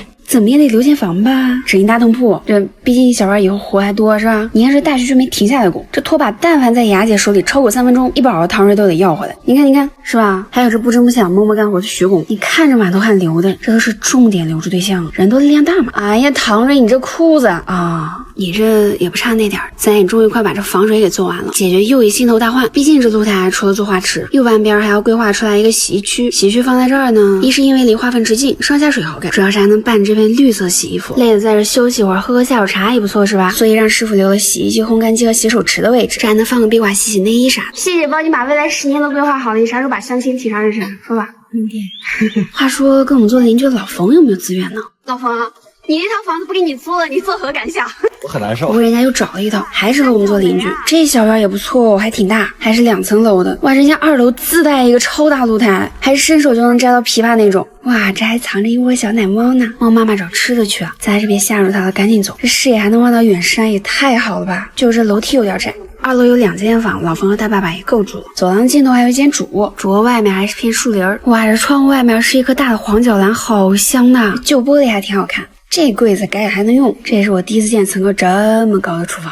这上面是一道花墙的拱门，哎呦，规划都出来了。你这个合同已经签了，不会再反悔了吧？不会，签字画押了。行了，我也别担心人家了，咱自己家还四处透着风呢，窗户还得等大半个月。这瓷砖好不容易运到了吧？这贴砖师傅要么嫌远，要么就喊天价，没工夫唠了，朋友们，我得赶紧找师傅去了。想改造成自己梦想的样子，但我们光为了改造这个花园，就经历了中华营养不良、狂下暴雨、花池变池塘的尴尬局面。但经过了我俩的不懈努力，如今的花园万事俱备，只差鲜花。这次为保万无一失，我俩跑去了成都最大的花卉市场。可以，光看这规模我就踏实一半了。哇，这蜀葵的颜色温柔啊，一盆才15，买几颗，开一片肯定好看。千鸟一盆才14。看它开完花剪了之后，它从下面看到没有，又长新的枝条出来，它就会越来越大了。哦，这得来点，买2颗长一片，太实惠了吧？哇，这片雾蒙蒙的紫色美翻了，1颗15，也是种1颗长一片的选手。那得再来点犄角菊，高低搭配一下，一盆才7块5，我太快乐了。来吧，再选1颗木槿棒棒糖，好嘞，就你了。听说施肥就能爆花，它的头会越来越大，但是选花不要选现在开的好，要选花苞多、枝条多、侧枝多的。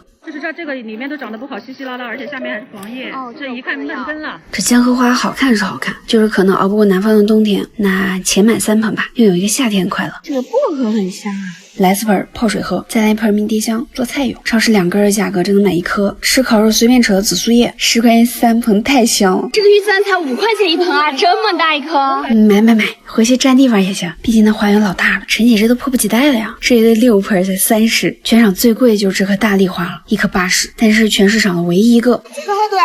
哈哈，还好我们现要。咱再选点凡根啊、佛家草啊，这种3块5块随手一栽就能活的草花，填填花园的缝隙。哦，这是在10度份里都能开花的太阳花兄弟吗？15块钱3盆，这没有不买你的道理啊！这还有白色的来点，这20块这么茂密，性价比无敌啊！买点5色梅给你做个吧。哎呀，看到小清新玛格丽特走不动道啊！这含羞草果然是害羞，这拿出来的功夫就缩没了。这临了又买了2颗蓝莓，还得是不同的品种才能互相授粉。我已经迫不及待想回家种花了，但是成都这个天气啊，早上阳光明媚，这回来怎么就下上了呢？先摆位置吧，也许这雨待会儿就停了。但果然是没我想那么简单呢。太大了，改天在那种摆在那儿没关系。然后我们就来改天种，但是位置陈姐纠结也是真纠结。秀秀不能晒先种它吧，种花前呢要先激活根部，拍掉大概1/3的土，再来点缓释肥就可以种了。像白紫莲这种高点的花要种在最后一排，紫色系列都给它种旁边，连成一片才好看。这几盆蜀葵种在 C 位的旁边，让它护卫着我们的大丽花。这块呢是我们的可食用花区，紫苏布和迷迭香都种这儿。身为小园最高的花，不光让你独霸一方，还用了3颗金鸡菊来陪你。你可一定要争气爆花啊！哇，这鸡小菊都被晒蔫了。剩下的空地呢，就用便宜的小花小草把它们都薅满。但是经过风吹雨打加暴晒，我的小花们已经蔫得不成样子。但是我浇了水，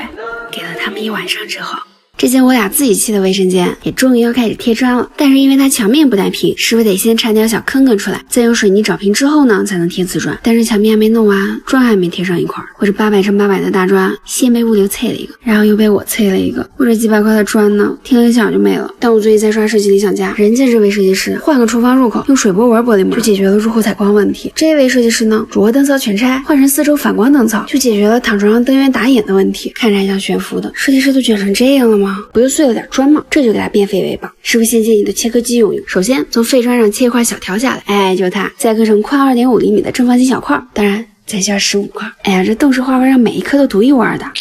或者麻将啊。然后买副画框6块就可以给画框设个底色了，反正就剩这3个颜色，看着来吧，抖多少算多少吧。对不住了小花，给霍霍匀，调这颜色全凭靠感觉。本来想调个像粉底液一样的肉色，到最后咱也没调出来，凑凑用吧。咱这就开刷，这颜色怎么越刷越不对劲呢？先不管颜色，就像这样没啥技术含量的刷匀就行。晾干之后就可以摆造型啦。咱就是说得走简约高级风，所以造型得遵循一个字儿：整齐。最后把这破碎的回忆给它粘起来，以后挂在客厅，让它继续发光发热。哎呀，这改造还挺费事儿，设计理想家的设计师都上哪儿找的呀？还挺贴心的哈。上淘宝做设计理想家啊，都是10年经验的精美设计师。让他介绍最后付款，你要不满意不付款都行，还保修1年呢。自信。那这最后效果也真不错，这还有这么多边角料呢，能做的东西很多啊。整个家里不用相框，这边角料切一切，哎，当个底座，这不是高级满满的托盘吗？当装饰画也行。最后我们来看成果吧。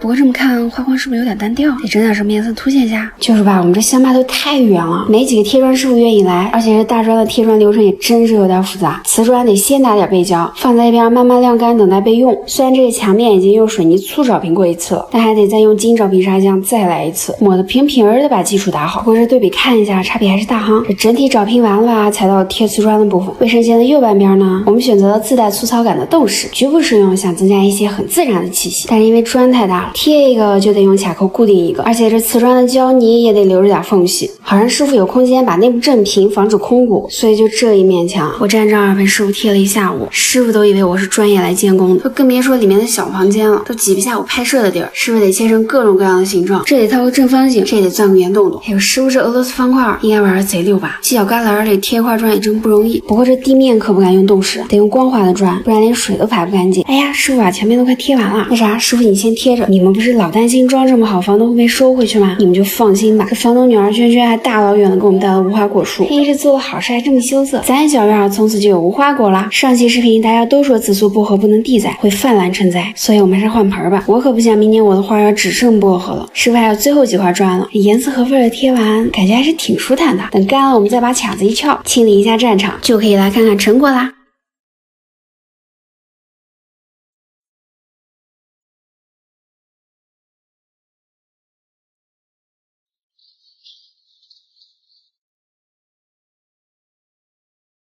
咱小院真是越来越美，就是这个圆弧形不光瓷砖难贴，台盆还没着落呢，所以不知道有没有金主再送个台盆啊？丑还是有点丑，但是大呀，所以为了让它更显大，我们准备用半人高的大砖通铺。本来以为贴砖很快的，但师傅又让我买了河沙水泥，他说墙面得整体找平，速度反正就这么个速度，能有师傅愿意来就不错了。但是干了2天，好不容易找平完之后，师傅说还得再来一遍，叫做金找平，这找个平都要4天，真是要命了。师傅你是不知道他们催起工来是真催啊！我奶奶干都干完了，不行，这贴砖上我得找补回来，请个小工专门刷背胶做准备工作，再请个大工专门做切砖做控砖工作，再请2个师傅一门心思的贴砖，我俩呢就打打零工做监工工作，简直完美。就这个厨房我们掏了个圆弧形的窗户，瓷砖有点难贴，所以得把窗户安了之后呢才能贴剩下。人多果然要贴得快一些哈，就是这每天快2000块的人工费也真是有点遭不住。也不是没想过自己动手，但以后毕竟是要自己住的，万一自己贴踩一块碎一块咋整？好在师傅也终于贴完了，就是感觉差点啥呢？是差点啥？差美分啊，不就把它灌进去吗？这个我总得行，这好像也不得行，这我怎么灌不进去呢？这个隔壁姐姐的说法，这有啥区别吗？算了，我认命了，还是打打下手吧。趁着姐姐美份的时间，咱去镇上拿点快递回来拆。就是没想到这快递这么大，拿一个我3轮车都塞满了，而且它半道还没电。你说这2手电瓶是真不能买，已经不是第一次了。还好姐姐人好，把电给我们充上了。哎，你这茶杯子这么大，直接做成超大杯啊！这2天拿它去和社会打卡，就能享受超大杯咖啡的满足。你先别管杯子了，咱现在需要一台超大空间的车。你看这个一汽大众全新上市的速腾，同级别里超长车身，空间压坐起来超舒服， 1.5T 的发动机搭配 L2级的驾驶辅助系统，咱们新手也能轻松驾驭。行了，拿完赶紧回家搬砖，早点入一台也不是意料在半路。看一下我这庞然大物是啥道理？哎，我房顶露台的洗手盆到了，特意选了个关门又耐脏的。哎，这是个啥？自己都忘了啊！我知道了，先买个罐子。刚好我热水器也到了。哎呀，我这雨棚还有点乖猛呢，多亏了这位师傅，装了热水器还顺道帮我把洗手台和遮雨棚也装了。就人家不要钱，那也不能让人空着手回去啊！不瞒你们说，虽然我俩种这菜看着不咋地，但不妨碍人家茁壮成长啊！瞧我这大番茄，硕果累累；瞧我这2星条，来盘回锅肉没问题吧？瞧我这黄瓜，一只手都抓不住。哎，我2天前还看小小一个，长这么快吗？这满地的黄瓜自由啊！豆角是第2次收获了，多摘一点，无农药纯天然，你值得拥有。放心拿地点都是你们的，刚好美份也做完了，咱瞅瞅去。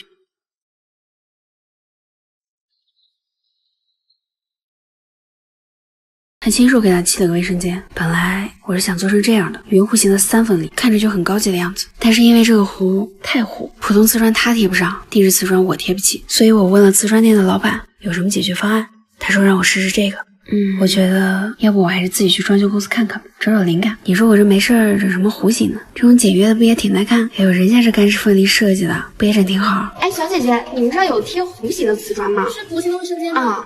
哦，那你可以试试条形的马赛克。哎，你看一下，就是这种的，它背面有网贴，贴也好贴一些。哦，这个可以啊，哎，真专业。得嘞，那咱就靠你了。不得不说，这次请的师傅是有些麻利在身上，麻利的同时又带着极度的自信，当着我的面就徒手掏起了洞。咱也不知道师傅你看了这眼有用吗？但是人家就像贴面膜一样，还真严丝合缝的套上，连牙齿都没有放过。师傅是小的狂妄，来我给你打杂，有我在，2天的工期怎么也得压缩到1天。这条形的马赛克吧，你别看着又细又小，但是因为背面有网格，贴起来都是一面一面的，师傅这速度也比我想象中的快多了。我这打的又学会了一项技能，就是贴着贴着吧。我给你打打。师傅你看，钱都花了，不能我自己来呀。哎，你们要也在装修，可以搜搜抖音话题，每个家都值得用心，能参加蓝天家居装饰全民挑战赛，还能赢家电。哎呀，我这全部贴完，我觉得我满脑子都是缝，这么多，我这每缝得多少钱呢？好在我又唐突了，人家是用填缝剂直接抹的，极度舒适。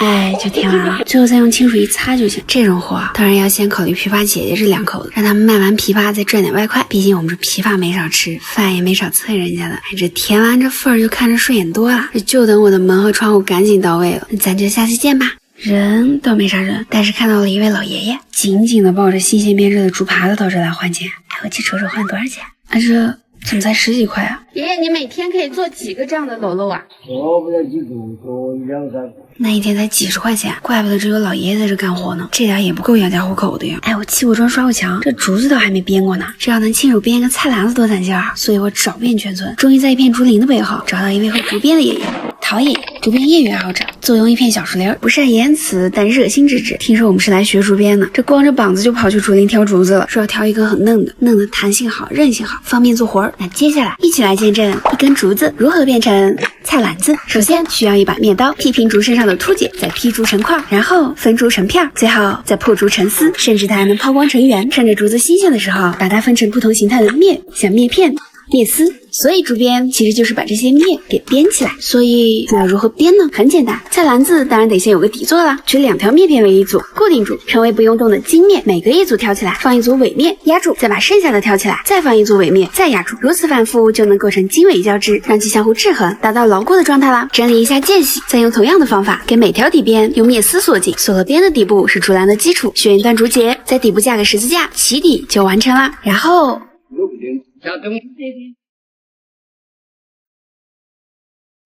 师傅，我们已经出师了。这编竹篮臂看着复杂，其实箍紧它就用了一个方法，取4个面丝，依次往镜面上绕就行。中间的正方形方格呢，就用一根宽面片挑1压1，箍上去就行了，就这么简单。多余的镜面呢，挨个绕进去，再用圆滚滚的面条锁扣。别看师傅做的流畅利落，等我们自己锁口的时候，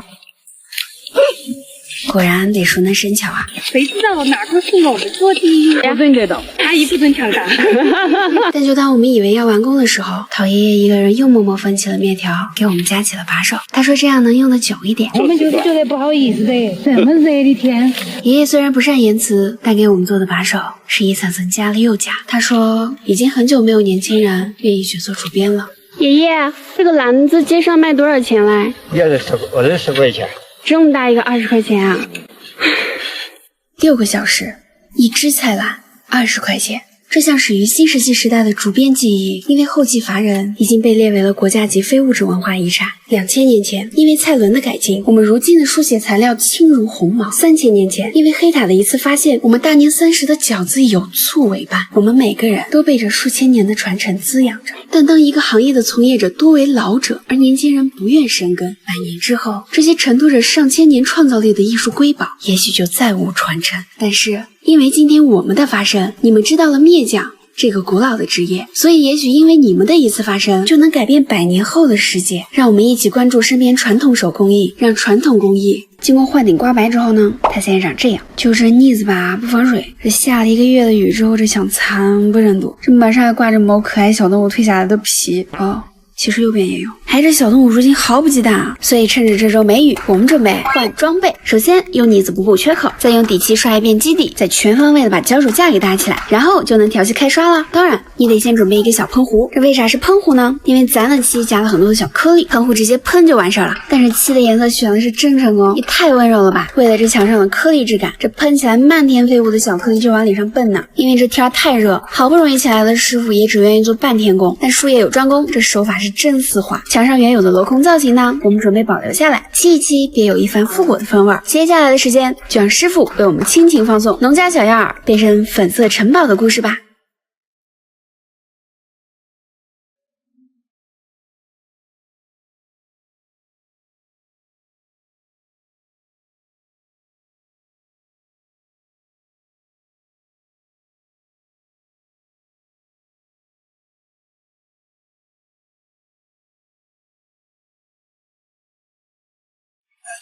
不想买地雷的。你们不知道这地面和长椅再不洗都要爆浆了。休息区怎么能没有长桌呢？再铺上纯白的小桌布，两个软枕靠背，不够最美的装饰物当然是我们村儿。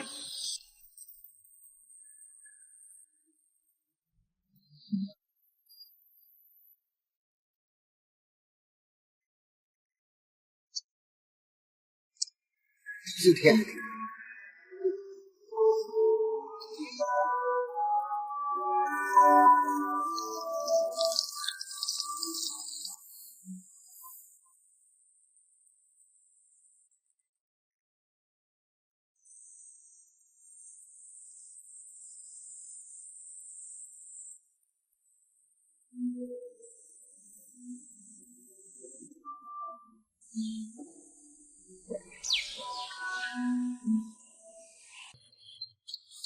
躺椅靠背完成，再凿个双排的，靠榫卯连接紧，然后躺椅座架完成。舒服吗？这个角度？确认高度，确认距离，调节支架完成。老冯的二郎脚似乎在告诉我一件事儿，这就嘎嘎那点事儿。本以为一会儿就整完了，这连接处要加固，这边边角还得磨圆。我俩不止蹭了技术，还搁人家蹭了2天的饭。这回头必须得请老冯吃个饭。就是我家厨房空空如也，还不能做饭。橱柜倒是在路上了，这还缺个好用的油烟机。陈姐，我找到一款超薄油烟机，搭配我们厨房超好看，特别简约。就这个华帝超薄进气双箱油烟机，12.6厘米，一点都不厚重。你不是怕油烟扑脸老得快？这款低位进气不过脸的，油烟还没扑到脸上就被吸走了，而且是双腔大吸力。你老说厨房油烟大，这款超能吸，脏了还能自己清洗呢，特方便。8月8日晚8点京东首发，下单立速走一起。我先付给弟弟下单了哈。这老冯已经在做最后的抛光了，机器抛不到的地方再拿砂纸打磨一下，最后再给它上层木蜡油，活动的地方用钉子连接，咱这躺椅的框架就完成了。老婆，你弄好，我害怕。没事儿，来吧。这没有暗害它还是非常稳的，纹丝不动。接下来就该我们大显身手啦。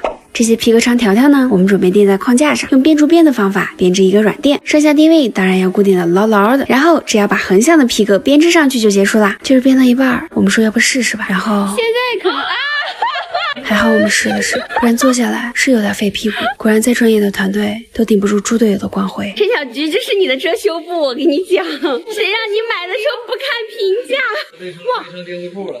我选了一个评价最好的，大家都说好的。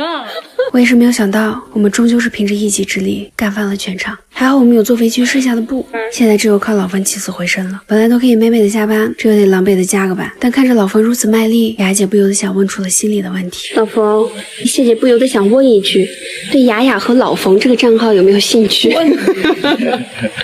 老冯他没有兴趣。能顺利的坐上这个椅子，也着实不容易。好在我的花园最终还是拥有了躺椅，而且我还明白了一个道理，这不要的木头废料还是可以再多拿一点。这我还有点懵，毕竟是不要钱的呀。但看到橱柜一点一点的往家里搬，我这心稍微踏实了点。但是我定睛看了看，是送给雅雅和柚子姐的，这咱也不认识柚子姐啊！不行，这绝对不能再等，这厨房还透着风呢，这得赶紧让他们把厨房窗户送来装上，再把周围的瓷砖补一补，最快的速度把准备工作做好。生米煮成熟饭，把橱柜先钉到自己家墙上再说。我这秋米也是够意思，你说这安装就安装吧，咋还派了个怪帅的小哥来？这小哥来了，先摆个阵，清点一遍物资，这准备工作做一做。哎，里面人家再摆个阵，给分分类，排排好，垃圾也得丢一块。这么多的小板板得一个一个的组装成柜子，这长得都差不多。不过把这位置摆摆好，这橱柜的颜色和我们的墙面颜色是真搭呀。这太阳越来越大，但是走位也是越来越刁钻。就是我也没想到，让人顶着40度的高温装橱柜，没空调也就罢了，这下连电都停了。没电得行吗100%不行。这没电搞不成事儿啊！整个发电机吧，先把电供起，就是一波三折，耽误不少时间。为了完工，人家赶到凌晨3点。果然靠谱的小哥不得靠脸。第二天去看，人家橱柜都装完了，刚好我买的蒸烤烹饪机也到了。这款蒸烤箱之前关门店的时候就好心动，回来就把尺寸给橱柜厂家了。这天儿太热，实在是不想出去，今天就用他把午饭给解决了。哎呀，这不得烤个猪排吃吃呀！哎呀，这也太诱人了吧！外壳焦香了，里头汁水又多，我这小白也能做呀。那再蒸个小包子，咱主食也得有。小孩第一餐完美，最后再把橱柜的台面盖上，打上胶固定牢，磨磨台面，装上挡水条就完事儿。不过这扛着踢脚线的创造力，莫不是咱金主爸爸？嘿呦，还真是。我以前以为可能就只有这一部分，没想到你做了因此。这么多小混过来，可以一人放一碗，要放多少？虽然也是，但不至于这个份儿都要给我做上柜子吧？只要能够做饭就行。但是看到我，这是我说，这么多小伙伴来到这个地方，我们感慨一下。金主爸爸是真腼腆，这橱柜做的也是真用心，这么大点地儿给我做了，菜品存放区、清洗区，准备区、烹饪区、半成品存放区、成品存放区、蒸烤球、冰箱储物区，还附赠拉篮碗篮在路上，酒柜存放放灯带，还贴心的因为我俩身高把橱柜给拉高了。窗户做的这么高，我们家具也不能输嘛。不得输，这不得输，咱撕了薄膜来看看成品吧。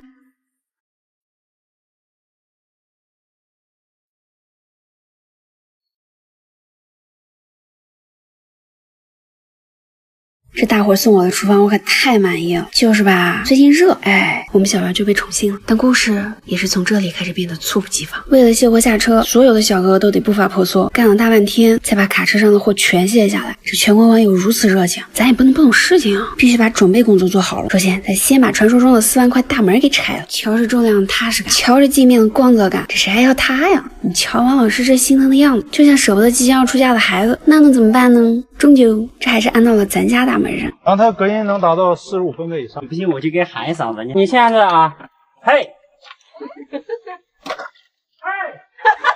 似乎更大了一些嘞。隔到音了吗？是不是很隔音？真是对不住啊，王老师，你这再隔音的门也抵不住咱院儿四处的风啊。这咱还是来拆窗户吧。这门窗洞的我早就让师傅按尺寸准备好了，就等窗户来了直接装就行。这块是小区床头那扇窗户，真合适。这块是餐厅能当画的那扇窗户，你看颜色合份儿。这一扇是客厅那块能远程开关的窗户，也有点份儿。没事，人家是专业的，调个水平回头补补就行。哎呀，这是我期待已久的拱形大门吗？终于要安装了。这怎么还带回弹的呢？我们要改的是回客厅的这个洞口，这个洞口是不用动的，你们当时师傅砸错墙了啊。那另一边的门果然我们家的洞注定配不上人家的门，倒也不只是洞，连墙都是波浪上升的。这窗框框也没几个是横平竖直的。这餐厅大门能装1天，我想我们多少是有点责任。陈姐，这戏有点过了啊！你看人家坤哥，听说我们所有门窗用的都是夹胶玻璃。如果贼在外边拿锤把最外边这片玻璃敲碎了，它也还是在一块粘着，而且它破坏不到里边的这片。这级别整这么高吗？诶，这么大的框框是装哪儿了呀？哦，是陈姐卧室，这直接是一面墙呐。那这玻璃不得10个人抬啊？唉，别人家装大玻璃用叉车，我们这小路只能靠小哥。小哥招谁惹谁了呀？顶着40度的高温，终于把这块玻璃给装上了，但这衣服都能拧出水，这得来点藿香正气水，浑身都是汗，这得来点小风扇。郊区化陈小区这周还是有点用，毕竟你一间卧室就用了4扇窗户。听设计师说大概是3万多吧。这啥门窗啊就要3万多？通过手机远程操作，只要有网，然后你就可以打开这扇窗。下雨的时候，风大的时候，它自动会给你关回来。这是化妆的时候，窗户的最上面会有一个特别柔和的一个。那这个我也想拥有，为啥我房间没有嘞？因为你那个房间更适合用全面屏。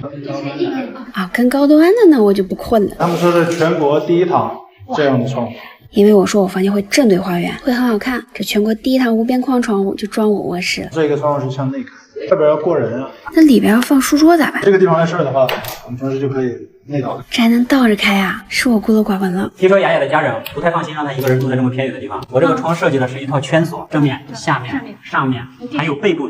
要砸我这个窗，你还不如砸我这个墙。听到了吗，老爸？简直不要太安全。开着窗嘛，就怕有那个蛇虫鼠疫过来嘛。看到没有，这是一个高透的纱窗。这还有纱窗啊！说实话，我都没看出来。这还有更贴心的呢，厨房设计的手要外开，就算有橱柜挡着，也不用探着身关窗户了。事情发展成这样，已经超乎我想象。4天的高温安装，以一场暴雨结束了赛场。所以我问2位大佬，我能再做点什么？大佬说，就是想在我家花园前打个卡。我说那是不是太简单了？要不名字刻后面也行。但他们说那倒也不用。那这难不成？那到底是看上我了还是橘子姐？变成了土豪之风。哎，这2间房就用了6万的床，档次已经提上来了。但是我这墙实在是难能大雅之堂，所以我们准备把墙刷了。咱先把门窗包好，这不开玩笑，这玩意贵，得谨慎一点。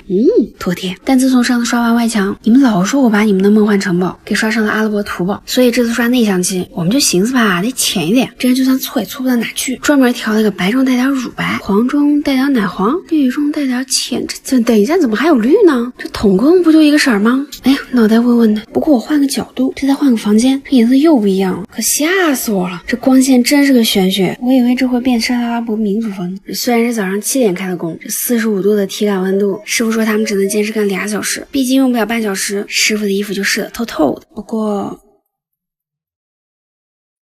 师傅咱这脖子不疼哈，这刷了好几天，其实味儿也是越来越大，甲醛甲苯肯定是避免不了了，还是得多开窗户透透气。就是这40度的天气，不开空调人实在是有点受不了。哎，果然还是开空调干活舒服点。我们刷了第1遍，第2遍让师傅来，这样干特省工钱，而且还不会刷不匀。哟，陈姐这白色条染很潮嘛。不过这漆还没刷完，我就听到砰的一声，我刚听到咚一声，这是有个鸟撞在这儿了，这只中暑的小鸽子都撞晕了。空调房。这么热的天，人都受不了，小动物也受不了。行了，你也是一只能吹空调的小鸽子啦。它喝了水，自己休息了会儿，还没恢复好就着急要走。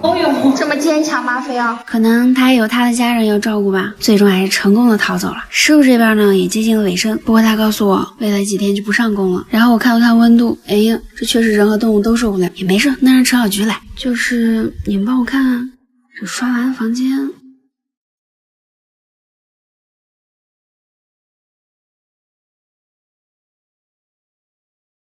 几个月前的一天，陆家良品找到我们，说想赞助我们灯具。我一看它还是国货，那必须得行啊！等验装结束就能用着。后来快递就到了，我原本以为只有几盏灯，但没想到这么多。他们说他们要带灯入股，所以就多赞助了一点。你们管这叫多送了一点儿？光轨道射灯就发了3大箱60多个好吗？这是承包了我家所有灯光啊！这该死的霸道总裁的魅力，这让谁能拒绝开盲盒的快乐呢？不说这包装盒实在是实在，这每朵灯还有独立卧室啊！这是个铃兰吊灯啊！铃兰呢象征着幸福归来，是不是看着就觉得特别美好？我本来还愁怎么装呢，还好人家是有满额包安装服务的，而且考虑到小院的蚊虫特别多，全给我们选了这种全封闭式的灯，不然小虫进去的那场面，哇，好看呢！就是我们想要的感觉，温柔又自然的味道，和我们想要真搭。这还有2个单独的铃兰吊灯可以挂在床头。哎，这也是个吊灯，好像一个曲奇饼干呢，造型好特别。别说这种 PE 材质透出来的光好柔好均匀呢，就像给家里撒一层滤镜，温温柔柔的。终于拆到一个落地灯了，我俩这组装技术也越来越炉火纯青。本来以为这水母灯已经够萌了，没想到这还有一个迷你版水母小台灯。小水母和大水母今天双双落户小院，然后双双惊艳了我们，这高级感直接拉满。这拆盲盒果然上瘾，这激动的小手简直不能停。哇，又是一个落地灯，咱先装上底座，再给它开个伞。不过照咱们经验来看，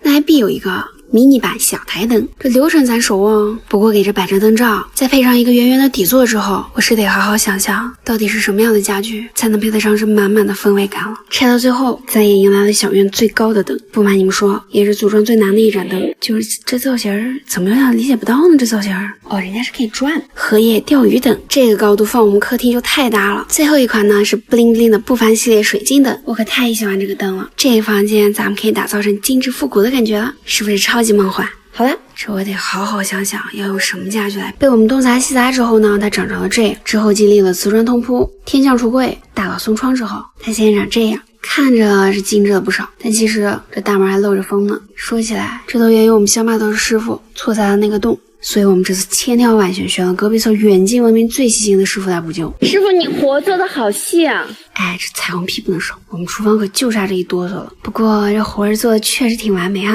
那这里面贴瓷砖的活也交给你了，师傅。不光不规则，这还都是圆弧形的，而且绝对不能翻车，毕竟我们就这点砖了，师傅。不，你觉得你这个弧形会不会翻车啊？要的就是这句话，那就都交给你了，师傅。就光看这师傅精细的态度、利落的切工，还有这完美对上的插口，我就知道这师傅一定行。再看看这大师级别的操作，真正的大神人都不屑于用正儿八经的工具。这怎么了，师傅？别这样啊！我这个牛已经吹出去了，师傅就看你的了。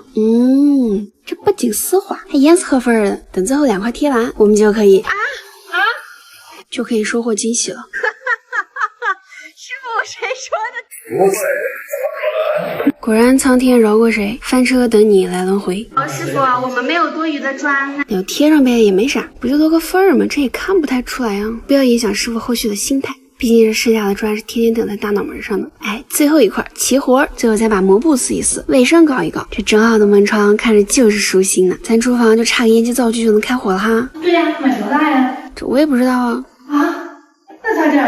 能咋整？我问一下咋整。说起来我家情况有点复杂。喂，师傅，两个，你可以不要帮我砍一下子？师傅如此热心跑这么远，多少是有点不好意思呀。不过师傅能上门量尺寸是真香，不然买错尺寸好麻烦呀。就他了。不过这真是我遇到过最贴心的安装师傅了。怕把瓷砖钻裂，人家就先用玻璃钻钻出小口，再来上电钻，每做一步先上防护，一言不合就干卫生。师傅是冲着抛光我家橱柜来的吧？每一家都一样，去的时候什么样，走的时候就什么样，或者比它更干净。而且这灶具有自适应调节底盘，不用担心尺寸，直接装就行。最后师傅还把烟灶怎么联动，如何挥手开启，甚至油网怎么拆卸清洗都给我讲了一遍。临了调试完了，还把机器给我盖上，说防尘。这就是大品牌的魅力吗？是真贴心。不过这个超薄全面屏再搭配着灶具，厨房这高级感立马就来了哈。高低也得准备一下。我们小院终于能开火了，首先得有个锅，这颜色真是粉到我心坎里去了。配了个同色系的小铲子，这案板呢，右耳朵放葱花，左耳朵放蒜末，乖萌的。这抓了几个月的河沙水泥，小院突然有这么清新的画面，这怎么还有点不太适应呢？先添置点必需品，回头再慢慢的塞满我的梦中大厨房。好了，小院厨房出落成，那得给陈姐爆炒个小炒肉。果然有了烟灶的家，才有生活的幸福感。我们家的大厨房也终于完工了。等我们搬进来的那天，窗外的月季应该都长好，全都裂了。那也是几个月前，我们和天使般的男子天团当然还有乡巴头的师傅，花了3年时间，腰杆都要断了做出来的地面呢。本来想要水泥原生态，这我看也是保不住，所以既然要重做，咱这次大老远从城里头请来了俩小哥。我打听过了啊，人家做自流平那是专业的，就瞅瞅这带的工具，朴实的让我非常踏实。人专业的师傅都不屑于用正儿八经的工具，看吧，人家切割机都用上，怎么还用上切割机了呢？认真的马斯佛，您这嫌缝不够大，再给来一下。就只见这1号小哥孤独的切地缝，在2号小哥卖力的铲地皮儿，反正也是没给自己留啥余地，当然也没给我留啥余地。上来切个线管子，先干为敬。完事切成这样，你还不好意思说人家，这为啥呢？我也会切到线。我想问一下，别人家地面是有多好，会不会裂？他会给我说水管线管在什么位置？我们家这个陈小菊有线管子吗？没有。有一点点心虚，没有吧？这一个敢说，一个敢信呢。事已至此，师傅说这地面怎么也得做2天啊，这是没把我俩当壮劳力啊。咱今天高低让城里小哥见识一下，2天是不可能2天的。就说做这地面镜面计，这我俩就算没有10遍有8遍了，无需培训，直接上岗，轻车熟路，不耽误进度。统共遵循一个原则，糊上就行。反正是第1遍，这师傅还得做第2遍。果然这做10遍和做上百遍还是有差距啊。但这一层楼拖下来，我只有一个感觉，我家地面也太多了吧。但是打扫是不可能自己打扫的，毕竟云京3代的扫地机器人连上下水都有了。安装之后呢，像洗衣机一样，清水不用加，脏水也不需要自己倒。这还有帅帅的小哥来安装，只用联网建个图，让他拖地扫地还是扫拖同时随你。不过我喜欢这个精灵托管模式，他自己就能智能判断房间干净程度，然后决定拖几遍，直到干净为止。甚至拖不太脏，人家还能多洗一会儿，直到洗干净为止。看扫得咔咔角角，人家还会扭屁股呢。墙角也收拾得干干净净。3代真的太智能了，甩着手这家里就干净了。但咱还能怕地面多吗？先把切开地缝补一补，着实也不是个小工程呢。接下来这和材料也绝对是个技术活，从竹签沸腾到纵向丝滑，小哥们可是完美拿捏。就是自流平吧，顾名思义，我就以为是自己流平，没想到这还能人工干预呢。穿着钉鞋，拿着钉耙就能和平共处。此时不偷师，何时才学艺啊？我方派出友军陈小菊一枚，负责偷师大摆锤。就只见人家柔中带稳，稳中带匀，恰到好处中又带点些许不经意。陈姐不错啊，干活是得鼓励一下，就是这怎么越看越像做法的呢？这还带着些许的半生不遂，就这还引来了邻居小姐姐的驻足观看。羡慕了吧？常来玩。终于是到了最后一间房，最后一桶自流瓶，眼瞅着胜利在望了。这陈小菊已经转移战场，嘚瑟起了他的小院。朋友们，今天的最后一桶，该下班了，小哥开心吗？你的笑容都抵不住啊！我刚才在拍的时候，我忽然发现这个幕后面还种的是菊花。这干啥了？好歹我地面今天是终究做完了，不得不说这看起来油光滑亮，非常棒。下班了，朋友们，咱就等地面干了再见吧。我的愿望是不要翻车，又翻车了。你说这刚做完的地面这么光滑，怎么能干得这么随意呢？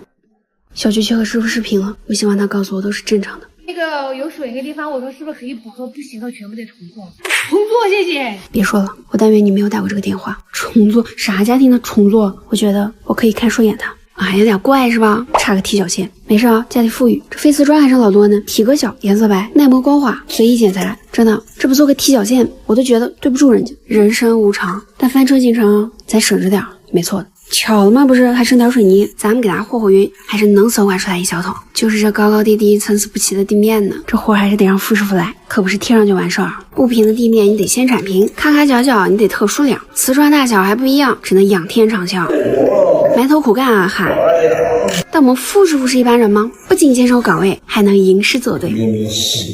这甚是，窗外大哥忙碌着收苞米，窗内师傅专注的贴踢脚线，如我所愿。不过我也没想到，剩下的这点翡瓷砖还真就把全屋的踢脚线给贴完了，就是面儿还有点粗糙，但用腻子一抹，再这么一刮，没法做一做。这不花钱的踢脚线怎么看怎么香啊！那么问题来了，你们说这地我到底要不要重做？6个月前，我们凭借着一己之力把小院砸得四处透风。半年后的今年，我们小院终于要装上最后一扇门。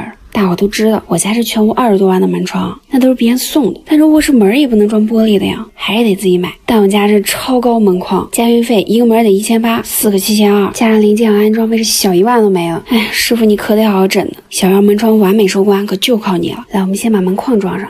这差这么多吗？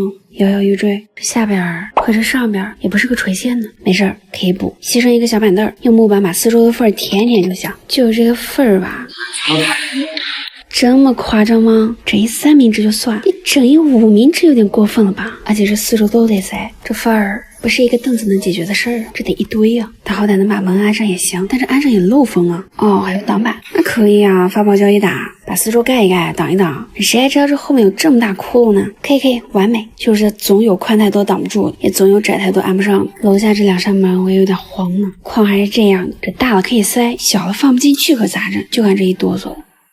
哎呦，还好放进去了，我也能安心装锁了。这过道门呢，我们就装了点普通的锁，能用就行。但是这个卧室门，你们老说这个院墙你们都能翻进来，说我心里毛毛的。我这卧室以后可得放值钱的东西了，比如相机、电脑，还有泥牙去，是吧？我这安排个踏实的密码锁不过分吧？师傅安的这个屏是能红外夜视的，这晚上要有个啥动静，我说啥都不出去，我就在这4英寸的高清大屏上实时查看，还不带卡顿的。就算咱睡着了，它也能侦测到门外的逗留，抓拍报警。就算出门，我也能用手机实时查看。而且这个指纹极速识别的功能太贴心了，你看吧，反应超快，科技提高幸福感。哎，这不咱房东嘛？今年过春节不是回家了的嘛？现在弄得完不？就是今年过春节就在这儿住了。他们不相信我们是租的在改。我看有评论说的是商业操作。哎呀，咱也希望能早点住进来，但是杂七杂八的事是真多呀。房子太老，这电线也得重新换，这原来的都烧糊了都。我也是真佩服师傅，这么多线还能揪出我家那根给我换上。你看这窗台标标也有点丑，也得整理吧，让师傅贴上瓷砖。别说我家这废瓷砖，这是一点没浪费呀，全都用上。这可不能让细节拉低我们门窗的颜值。等师傅补完，我们小院的门窗就算全部安装完毕了。希望今年过年咱们可以再想，然后把它给砸了，自己在室内用红砖给盖了一个，再给它里外贴上瓷砖，安上窗户之后，它现在终于要有个门了。你们是不知道，经历了天气太热不能开工的2月，看到师傅安装的背影是多么激动人心。所以装完门，我就把吊顶师傅也约起了，咱先开个排风口，然后打上龙骨架。这弧形墙上的木条是咋绕上去的呢？我着实也是被师傅的智慧折服了，直接拿均匀切缝，但不切断，这木条就能和墙面完美贴合了。等龙骨架打完，终于要贴石膏板了，给它一整块直接贴上去。哎呦，这好像有点大，得学就会滑了点，这不就完美？哎，这样更完美。最后把浴霸的位置留出来，浴室完工，这就胜利在望。所以我们的中国好邻居老冯写下让老冯说要送我们一件礼物，还是自己设计的浴巾架，就用这一根木条。之前老冯手起刀落，3副大木牌，6副小木牌，今天的装备就在这儿了。但咱也不能光杵着看呢，这种技术活儿是来不了，还帮忙锯点东西的牌是得行。哎呦，你是狗啃的吗？这个是怎么如此不专业呢？来，谢谢啦。看看，就是天赋异禀。哎呀，老冯啊，这个也没给你带点菜，还搞断你一根弦儿。哎，我们还是在学习。马上就掉了。吃小菊非要向大家展示喜悦的果实，我不知道这个有什么好喜悦。来给叔叔瞅一眼，这表情满满的都是人情世故。一回生，二回熟，全员上阵聚一钩。除了我还是干点不费工具的活吧。不过觉得再拉垮，经老冯这么一磨完好看多了。再把这6个小牌牌一打磨，老冯的设计已经初具规模了，剩下的活就是把它们给组装起来。不过就这么一颗小钉子，冯哥都做了个楔子把孔遮起来，让你看不见一丝钉子的痕迹。最后再给打磨一下，上个木蜡油，等它干透就能看到成果啦。那我得赶紧把浴室给整出来，刚好浴霸也到，让师傅给我安装了。鱼的线一定要给客户处理好。这个师傅是真的细心，电工师傅没干完的，他都给包圆了。因为咱家浴室有点特殊，是我们自己盖的，太潮湿以后肯定得翻解，所以我选了奥普的热能环浴霸。像夏天洗澡，你就可以把自然风打开，体验真的超舒服。还有这个热能环技术一定得安利给你们，是那种360度环抱式出风，不是直吹，所以我家这种异形的咔咔角角也能暖烘烘的，而且有环吸反增压，换气量也是普通浴霸的2倍。浴室不仅不闷，连异味都没有。洗完澡就开个浴室干燥，连地都不用拖了，浴室干干爽爽，连毛巾都吹得暖暖的。得赶紧把老冯送的衣架挂起来，以后换洗的衣服就挂在这儿啦。再把浴室拾掇拾掇，这个洞洞瓷砖真的是好难收拾。浴室架肯定是必不可少，安装个这个那都是小场面，瓶瓶罐罐那么多，怎么也得装2个。我们自己盖的浴室，这就算完工啦。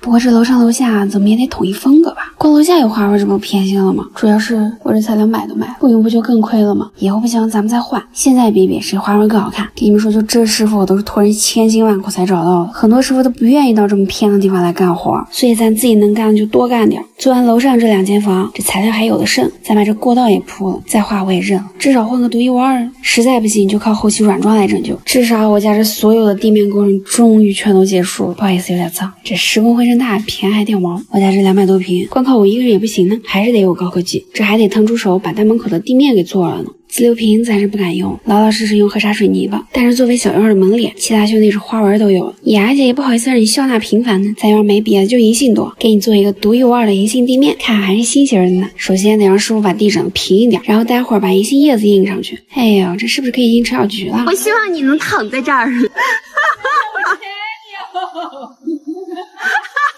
哎，这还过来了呢，没看到。不是师傅，你有板子呀？刚才小菊过来的时候，你怎么不给他这个板板来？你故意的是不是？原来师傅也想看笑话呀！嗨，懂我。等地面搞得偏偏的，我们先随便9个草试一下啊，压得实实的，看一眼呢。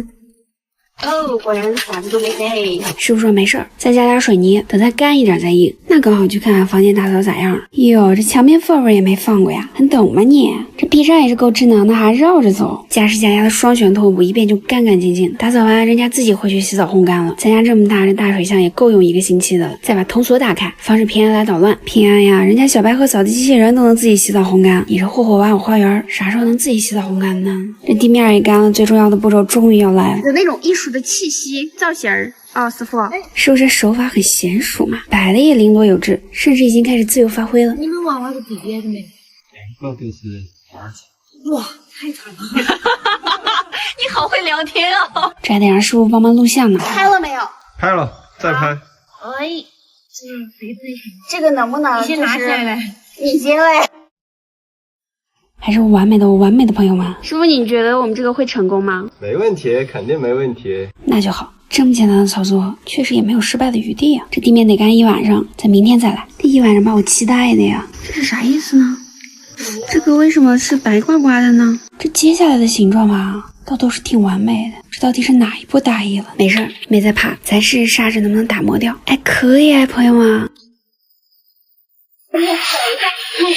可以，形状真的完美，就是光打磨，我们又磨了半天，这没点臂力是真不行了，这得是磨了几层皮才下来。最后呢，再把它洗干净，这银杏地面就比刚才的好多了。我们也把这一年肆意生长的银杏叶，还有认真生活的自己，永远印在了小院。楼上的师傅在做最后一间房的踢脚线，但如果不是翻看以前地面的视频，我都有点忘了他曾经的样子。所以我们准备接纳他的独一无二，并且感谢你为小院带来的改变。但是防水的坡都没找好，这一下雨就得扫水。我说那不行啊，那赶紧把墙面地面做了，得把花园搬上日程呢。小菊说他在网上看到了一种材料叫水洗石，工艺特简单，就3步：搅拌石子、铺抹菊玉、海绵收尾，1天整完。我说那行啊，那就做这个。然后一问包工包料3万，反正工艺简单嘛，买上材料找个师傅做也不是不可以。然后7点半我们就到院子开始做准备工作了，几吨的材料得运上去啊，反正是掉了一部分运了一部分，这就来到了10点半。为了地面的成功率，小徐还叫了师傅来抹地，就是给我们做自流平的小哥。虽然往期的翻车还历历在目，但看着师傅拿砖头认真找坡度的样子，我愿意再相信他一回。第一层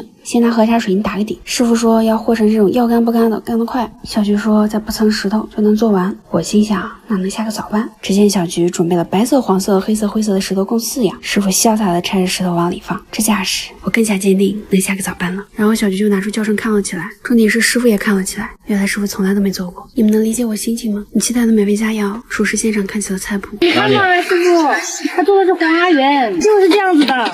甚至还要帮厨师查菜谱，这一个敢教，一个敢来，我也不敢说什么，因为这个是真的很难抹呀。不光要抹平，还得反复的压瓷实，1个小时就抹了这一点。我相信师傅也觉得自己草率了，毕竟又2个小时过去了，这才抹了一半，眼瞅着还有4个小时呢。这时间我还是玩一下给2楼配的高科技吧。你好，尊婢，打扫房间1。改造垃圾都小意思，咱这款是最新最全能的，场地再复杂都畅通无阻，完全不用帮忙。最后6000帕的大系列，除了地板啥都能带走，60天都不用倒垃圾洗拖布，而且可以自动上下水，真正的解放双手，还能当移动电话用。可以看到我耶！还有师傅终于要做最后一点收尾了，最后一点材料收了最后一点尾，场面极度舒适。最后再等材料凝固，就终于可以擦了。很快时间来到了6点，拿上隔壁爷爷亲情赞助的海绵，它里边先做的凝固，但也走不过去啊。我就不去了。这边半边细节包了啊。然后天都快黑了，他们跟没动似的，必须要借个梯子加入战斗了。上来我就知道为什么这么慢，得先把表面拿刷子刷松，再用海绵把水泥擦掉，流水一冲就掉了不说，楼上也是真的不好换水呀。时间就从7点半不知不觉来到了8点半，但我怎么也没有想到全部做完能到11点半。今天这班下的可真早。那我说得带大伙吃顿饭吧，一进门我就觉得这老板是真省钱。后来我发现我错了，人家省的是电。不是不配拥有电吗？说华为有电，吃饭都没电。第2天一大早我们就跑来看成果了，好在拉近看还是挺好看的。但是问题来了，4周的墙壁还没来得及做呢，材料已经买了。明天我家的花园长椅怎么看怎么像坟头，而且后面带个碑，好巧不巧，这菊花长得也正好。后来我做了个躺椅，想突出一下休闲的氛围。好了，这下你们说更像上供的了，我也受不了谁都想来打卡的氛围了，所以必须得把它改掉。首先咱先把它拾掇拾掇，这野草都比花儿高了，然后再来改形状。我们也是筹谋已久，终于动手。斩草除根咱说论就论，物资这也得准备点，干起我俩砌砖的老行当，我俩这一配合，光头不得抢着要。来，先把这挥之不去的形状给我改掉，把原来的圆弧形改成方的，两边都给它支棱起来。没对事啊，你这个对上了呀，这个没对上呀。我俩这扎技术能支棱起来也不容易啊，虽然耗时小半天，但咱自力更生没花钱呢。哎，这一下就不像那啥了吧？这谢谢不要要求，能用就行。就是这座位略窄了一点，屁股和抱枕只能选一个，那成年人了必须都有，加一块走你。这砌好砖还得再把水泥糊上，这干得我老腰都遭不住，还是休息会儿炖个银耳喝吧。可是谢姐，我想喝点花茶呀。小问题，咱们外边煮花茶，炖中炖银耳，刚好还有银耳菜单，完美。谢姐，他到底有没有在煮啊？再煮啊，冒泡了都，人家就是噪音小而已，待会儿就有东西吃了。这糊的吧，瞅是瞅了点，稍微杀一下，整体还能看得过去，是吗？你问我数哪来的？那当然要感谢我们的好邻居薇薇姐，给了我们一手情报，捡了人家不要的，还服务到底，帮我们给种上了。希望你明年的大丰收啊！等它干得透透的，然后我们给它上科技。没错，我们跟水洗师杠上了，为了今天真下个早班。师傅包子吃一半就开干了，不过这次是立面的，边糊边掉，还得反复的压瓷实，一不小心就白做，2小时就抹这一点。我是没耐心看，我先试试能不能擦出来。那这么好擦的吗？原来不能等它干透了再擦，要整体凝固表面湿润的时候擦，要边做边擦。果然实践出真理，教程害惨人呢。我终于看到希望了，不过我还想铺个休闲区的地面。非常完美，你再看一眼，它不像什么怪东西吧？就怕网友想象力太丰富，这波浪够谨慎。师傅们也在做最后的冲刺，咱这后勤也不能停下脚步呢。把这奶乎乎的一片给它擦成这样，咱这也是上了5亿。师傅这已经在做最后的战场清理工作，我的婴儿也煮好了。哎，小心烫。没事，人家双层被体外面不烫，而且是316L 不锈钢材质，比普通的304、316都要好。这花园也清洗出来了，以后呢就可以在这里晒晒太阳，喝茶。朋友多了还能席地而坐，喝茶用餐，想干啥干啥。所以这后面的花车和花桥说什么我也得整好看了。后来我给他开了一间窗户，梦想着有一天能在这片窗底下泡澡。然后机会就来了，100块的浴缸还是全新的，自取就自取，人家也太惨了，但这也太香了。这个画面不忍直视啊，陈姐，这冲动下单也没量过合不合适，不过还好挺合适，就是这个下水口流得太高了，得先把管子修剪一下。傅师傅，你真的啥都会啊！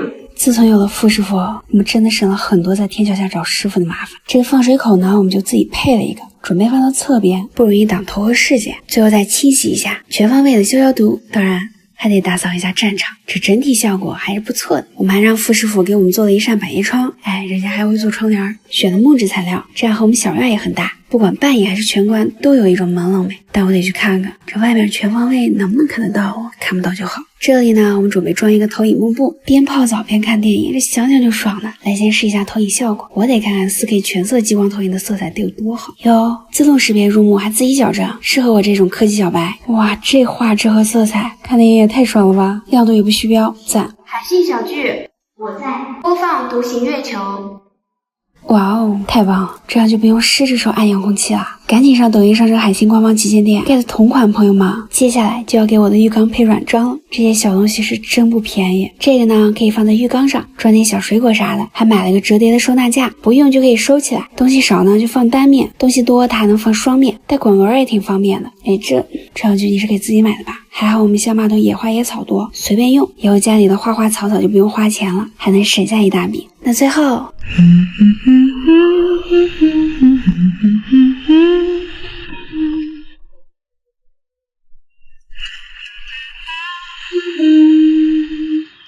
And I've been waiting in the shadow of the sun, seizing time and know what's been before.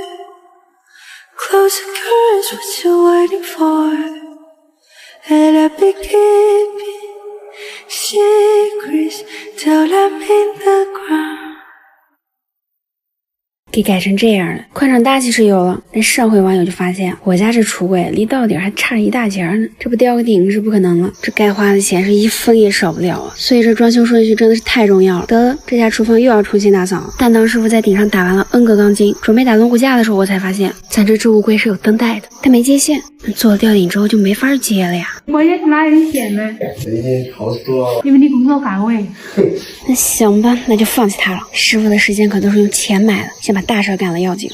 师傅咱这线是从哪整的呢？助人为乐还带口是心非的呢？这一下师傅大房顶的背看着都高大帅气了许多。等这个龙骨架打完呢，就能钉石膏板了。浴室厨房的吊顶我们都用的是耐潮石膏板，比铝扣板贵一些，但是可以整体刷乳胶漆，整个空间会更大方更好看。最后一块板结束，在整体关上一边腻子之后，我的厨房就完整多了啊！当然大家提的小意见我们也看到了，这边框框确实有点丑，那必须启用傅师傅来给我们收个尾呀。师傅靠你了啊！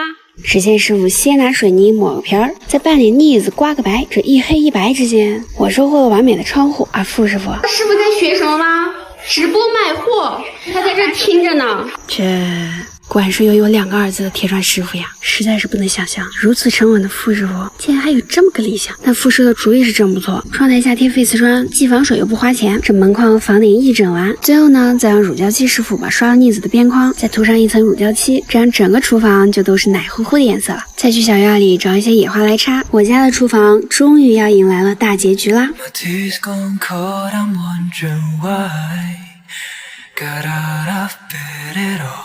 The morning rain clouds up my window. And I can see it all.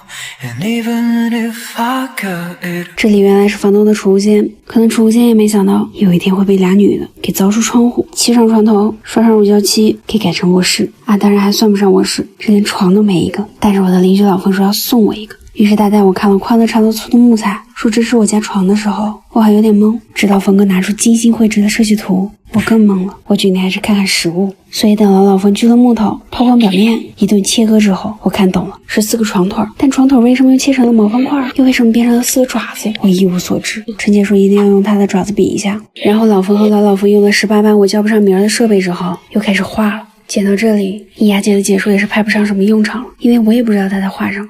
老冯说你小时候玩过积木吗？应该能看懂。我说积木我玩过，但也没做过呀。不过咱们还是有眼色。叔叔辛苦了，你今天抱了一下午了。但说完我就觉得单薄了，咱至少干点流水作业吧。但干上我就觉得说早了，谁能想到这流水作业如此大量且重复，如今看到木格就想吐。不过我终于能看到不用钉子不用胶，完全靠榫卯拼接起来的床长啥样了。咱先拿床腿定个位啊，人家床腿这么卡的，我也是佩服老冯，卡来卡去尺寸如此合适，就连床板都是有序号，那直接按序号把床板一个个的卡进去就行，这是真结实呀。最后呢再刷一层木蜡油养护一下，这成品真好看，这整铺盖咱就是专业的了。最后呢咱再把房间布置一下。 Where the path will go. Philosophers guess, but they just don't know. Maybe that's why we had our heads in the clouds. Thought we had it all figured out. Planning to fly away to escape everything on the ground.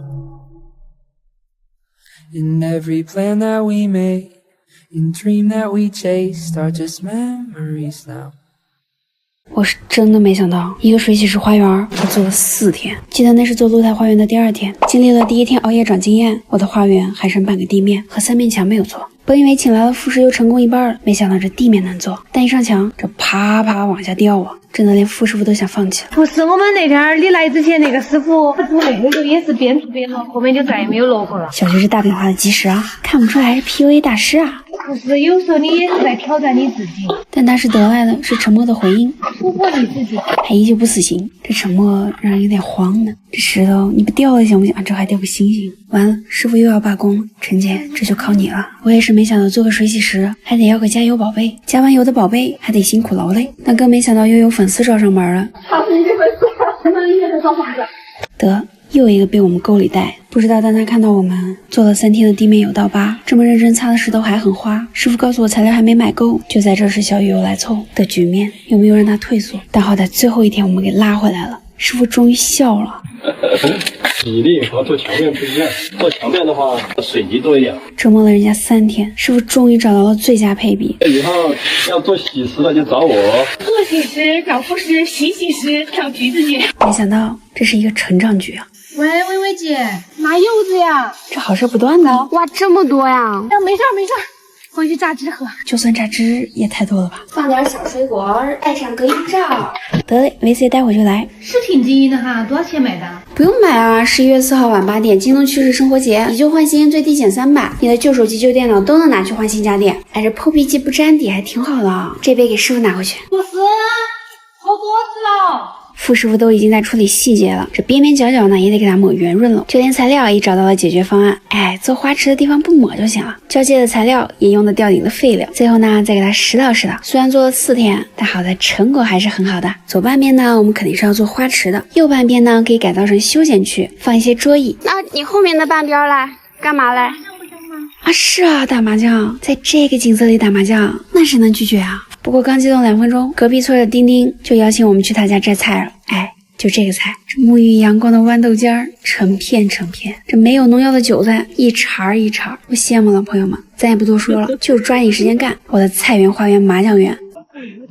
一条。然后亲情赞助我们竹子2个，待会儿再来找你们玩啊！姐姐要去干大事儿，怎么着拼我老命，得先把竹子拖回家吧。先去掉叶子，咱只有杆杆。你别说是叶子，也不是很好锯，这杆杆就更不好锯了。你这样你锯得跟狗啃的一样。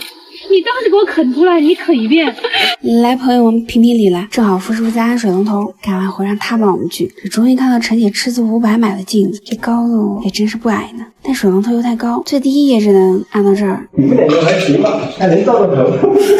要是没上面空气感觉500块钱买个几个花板，就糟糕，还1/4都没小偷。而且也真没考虑过，这里会来个朋友哈，这里呢再给他装个吹风架，方便随起随用。那吹风得选个轻便好看，我这个也就1瓶水重呀，吹头发不会酸胳膊。不过人家风速还挺高的，5分钟不到头发就吹好了，不然靠高温烤干头发就太伤发质了。还是带负离子的吹风机，中和头发静电之后也太柔顺了吧？这是一支口红钱就能拥有的高速吹风机吗？颜色也很莫兰迪，适合我家。这里最后再安一个毛巾架，就可以把傅师傅抓过来切竹子了。这电锯怎么切糊了呢？还是得换手动的。你的事儿真多。不是，我们这个是对艺术的要求。终究是对艺术低了头，傅氏出品果然整齐。我俩的作品也终于要拉开帷幕了。哎，先把竹子绑一绑啊，倒不是要绑成这个，得绑成这样，还有这样，然后再把这个造型呢架在墙上就行了。先让我们试一把。哎呀，有点起不来，这感觉像冻冰头嘞。哎，这和想象的样子也差太远了吧？没事，咱还有胶。之前还给带错规格了，这塞不进去，还接不动啊！我也没有想到今天会干这个活，但有胶也无济于事，都没几个碰上的点呀，就这个尾巴这能沾一点儿，这一地鸡毛还是得靠傅师傅来摆平。哎，这不就行了？整整齐齐，排排坐，傅师不愧是你。最后呢，就该由我们村里的主角出场了。我靠！什么？这也太大一个冬瓜了吧？多大能叫成这样？哇！和杂草竞争也能长这么大，都能藏个人了。我们的艺术装置终于也能插花了，而不是树。但傅师翻来覆去弄几遍了。他对自己的作品有要求，眼睛之笔一定要留给你。哇，太美了！最后呢，再拿竹筒当花瓶，咱们来插个花。最后一起来看看成品吧。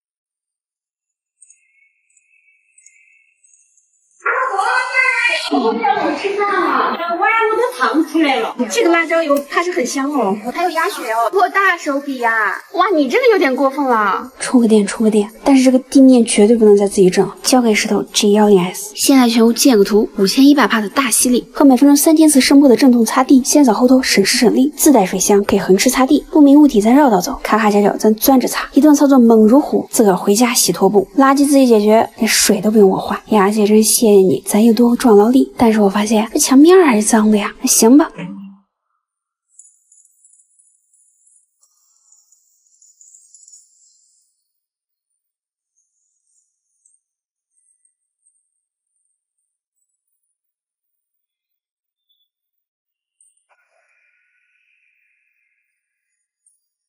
把破卧室改成梦中浴室之后，终于要轮到你雅姐的卧室了。但是因为我超预算买了一个真皮智能电动床，最近呀，他们都敢买这么贵的了，软装预算就只有500块。我找的已经算性价比很高的了，但好歹还有500块。先从挂画开始，咱们自己做。首先整2个空画框，价值30块，老冯家不要的爆花拽一把，然后用热熔胶把它们随意的粘上去。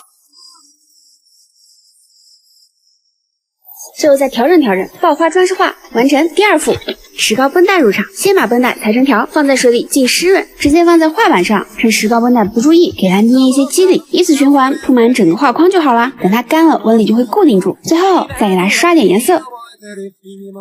肌理画完工，反正预算还多，咱上富士家选块布做一副窗帘，刚干掉了400块，再让师傅钻个孔，挂上我的小挂画。张局，快来，我给你显摆一下我的床。那比如你躺床上看个书吧，还可以调整到最舒服的角度，要不抠脖子也不累。他能记住这个角度，以后直接一步到位，不小心睡着了，人家也能监测到你的睡眠，自个儿就降下去了。你看，你小腿如果酸胀浮肿的时候，就可以把它抬高一点睡，特别舒服。我都有点想给我爸买一个，他如果晚上睡觉打呼，这个还能抬高15度，特别智能。这被你安利到了哎，后悔没给自己搞一个了。那必须软装可以抠搜，床得天天睡，再摆上4件套，来个小靠枕儿，这床是有，这还缺个床头柜呀。小事儿，二手市场淘一个。哪路啊？这超预算了买不起，但没想到。挺好的呀，为什么不要了？我们是嫌弃这个色儿有点过分了吧？没事，咱不嫌弃一桶油漆的事儿，那就刷个奶乎乎的颜色吧。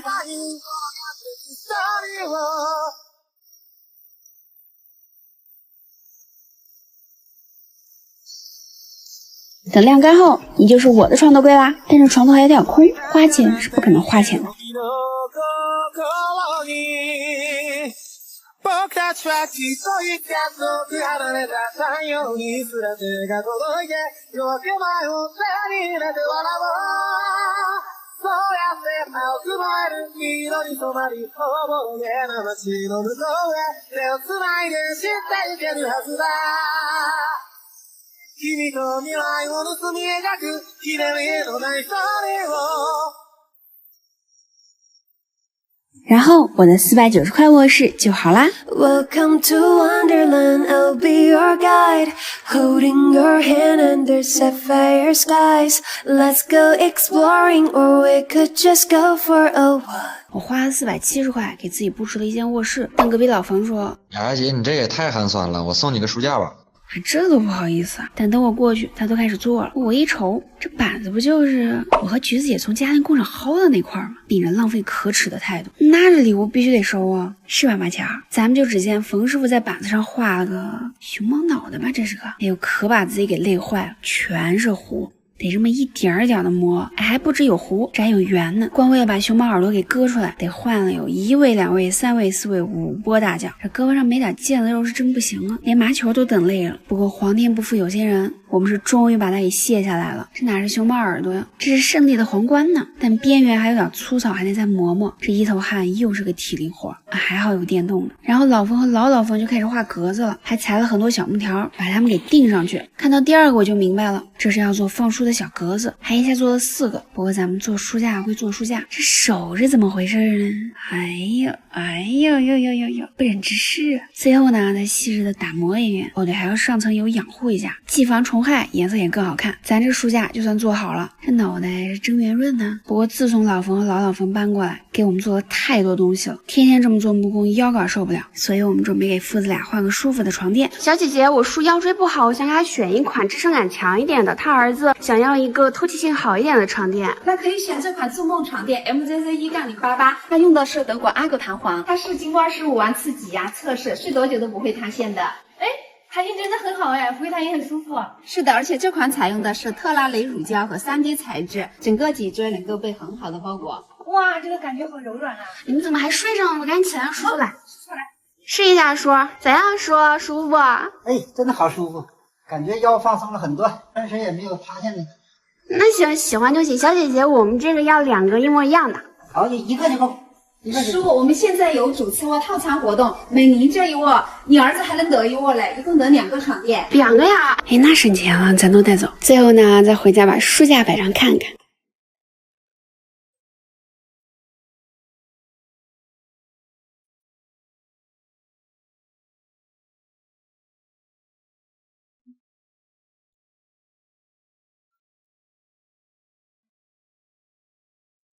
做了一个超好看的餐桌。几天前我们准备淘货老门板当桌面的，但是最近开门的店家太少了，别说合适的了，就连木料都很难买，最后还是从人家工厂里给匀了一块才买到，价值300块，还要了好多人家不要的废料。厂长说随便拿，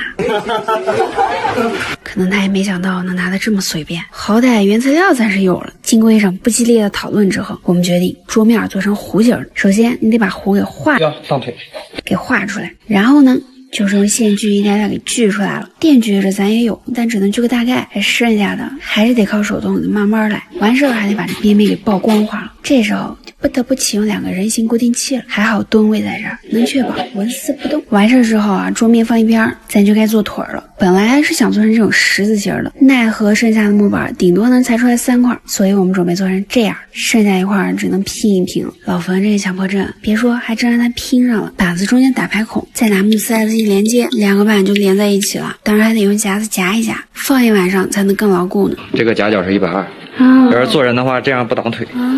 不愧是你啊，老冯。然后我们就可以开始打磨了，因为买的是个成品包，它表面有一层科技，不磨掉吧不容易上木蜡油。但虽说是打磨费老鼻子劲儿了，但我也没想到事态能发展成这样，受不起呀，这个。咱也不敢在对面继续磨呀，这汗珠都斗大，桌子都磨白了。但是擦过之后怎么跟没磨的一样，还如此光滑。这桌面我们用的是黄樱桃色的木蜡油，结果一擦就知道了，打完磨的桌子还是不吃色，只能先薄薄的涂1层、2层、3层，到第4层才是想要的颜色。这桌腿就更不吃色了，擦的我是欲哭无泪。临时又换了个立壳色试试，人家上的普通木板是这样，不错。但我们这个是依旧花里胡哨，跟从垃圾堆捡来的一样。既然这木板不吃色，我们也准备将计就计，画的有深有浅。第2遍感觉还是能看得过去，但当刷到第3遍我就觉得我有救，甚至还刷出了木纹的感觉。等它干透之后呢，咱来放到餐厅瞅瞅，和我们餐厅非常大，怎么着也得下个厨，迎接我们家庭的新成员吧。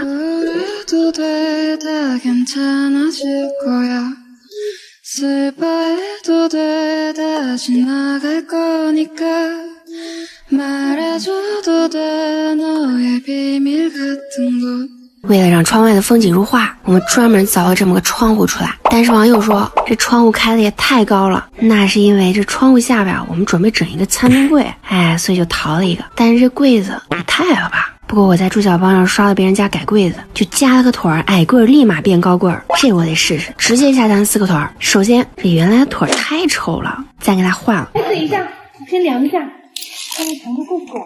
这总高至少得90，但加上买的腿儿只有72，但保留原来的腿儿就有92了，就是。这下这个有点丑，看看，要不告一下？告一下。告一下就告一下，大不了再拆嘛。你看嘛，这感觉高度刚刚好，这时候咋扭起来了呢？没做加固还是不得行，拿去老冯家，让叔叔多给我们加了几个木塞子，得多上点胶，木塞子塞得紧紧的，确保它不会再晃了，得多敲几下。得嘞，这下非常牢固。就是吧，这颜色也太丑了。不过前2天在注脚帮我刷到一个把柜子改成黑色的，还挺有创意，我这灵感神经又动了。首先得把柜子打磨一下，方便上色，这里里外外都得打磨光滑，不然可不好刷漆呢。然后就给它上科技。欢欣大海，欢欣山脉，我欢欣沙漠，就咔咔叫了，咱也别放过啊。美丽的地方，开心往前飞，有在有等漆干了呢，再给它换上青花瓷的小把手，细节决定成败。得嘞，这下高度和颜色都完美了，就是有点单调，这得在注脚帮上看看人家都怎么搭配的呀。高低错落，色彩得统一，这个暖光打得很温馨呀，就像人家这么搞。你说这次真得给注脚帮加鸡腿，全程灵感全靠它。家里装修的宝子们人手去下载一个啊。然后呢，我50块淘的旧电视柜就变成我的餐边柜啦。比我人还高那种，光运费就花了600多。但是之前呢，为了好看的窗景，我家的窗户都开得贼大，想来想去，空只能打在这儿了。还有13公分的姑娘，不得去。不过师傅说还可以打在这儿，行，能装就行，您看着办。等画好孔位，贴上保护袋就可以开干了。这袋儿不错，有它接住都不用打扫卫生了。算了，能装就行。但我也没想到师傅只管打孔，不管装。又不是出这个专业范围。斜杠青年也不想做，那我是万能的。你就是万能的粉丝。身上有没有东西，我来整的。你回去看看嘛。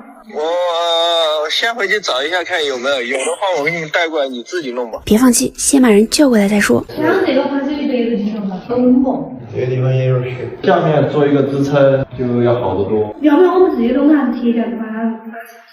那后面我们了吗？我们天天把东西嘛。你们知道的，每次复试都是站牌坊。哎呀，复试啊，长点心眼子吧。我们这乡巴头忽悠个师傅来太不容易了。感觉复试每一下都扛着我打腿，但我的打腿好痛哦。然后复试就搞了个省力装置，扛了半天之后，烟筒终于装好了，再把固定炉体螺丝拧上，把炉体接上就行了。咱这该说不说，杠杆原理是用的透透的。最后拧紧螺丝，壁炉可算是装完了。这得给复试装点香肠。咱们再收拾一下战场，就能布置客厅了。首先确定沙发的 C 位，那茶几肯定是要放在这儿的，怎么舒服怎么放吧。我们也没买电视柜，买了一个可以随意移动的电视架，这样想窝在哪里看电视都很方便。哎呀完了，在窗户这么大看电视就扫反光了。这就别担心了，谢姐是懂你的，我特地挑了一个黑曜屏的，你侧着看、正着看它都不反光。年货监管抖音上市海信电视，领专属消费券，有机会享受大牌年货凑300免80，遇见懂你所念的好物，而且以后选一遍随便看，背光分区500加，就算特别暗的场景也不会看不清楚细节了，这特别亮的呢也不会过曝。杜比全景声也太爽了吧，画质还这么卷，咱以后在家看电影省点是点。最后呢，再把我们的客厅布置得温馨一点，壁炉的柴火也烧起，烧果木还有一股香味呢，房间立马就暖和了，就连婆婆都不想回自己家了。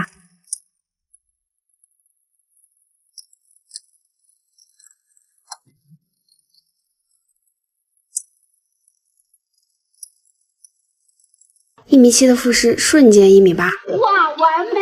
也不是特别完美，缺了一坨，但是木栅栏的优势就凸显出来了，裁一下还能补上。大致的形状固定完成之后，复式又用一根木条把尾部牢牢的固定在墙上，复式瞬间变得1.9米了，这花池终于是固定好了。接下来就解决排水问题，看这位兄弟又支了个招，底部先铺一层阻隔板，防止花根扎下去，再来一层蓄排水板，最后铺上土工布，防止泥土流失。说干就干，先把材料买了，阻根板呢按照花池的面积对折裁开，这土工布得好好裁，至少得把泥土全部包住吧，不然容易漏得满路滩泥浆浆子。所以固定也是重中之重，我们拿了个小长木条，固定在40公分处，至少得高过花池土吧，然后再准备一些小木条，让复式把侧面也固定，增强侧面的抗压能力。跟平常一样牢固。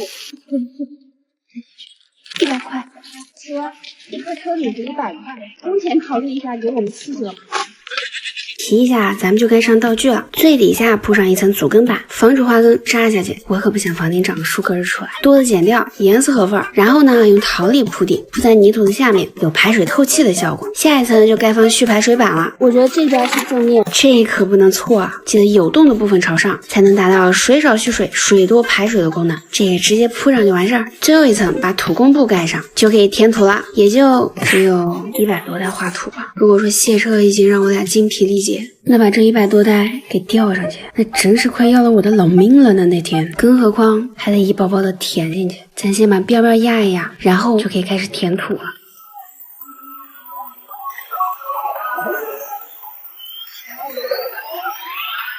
但你别说，干得多咱就练出来了。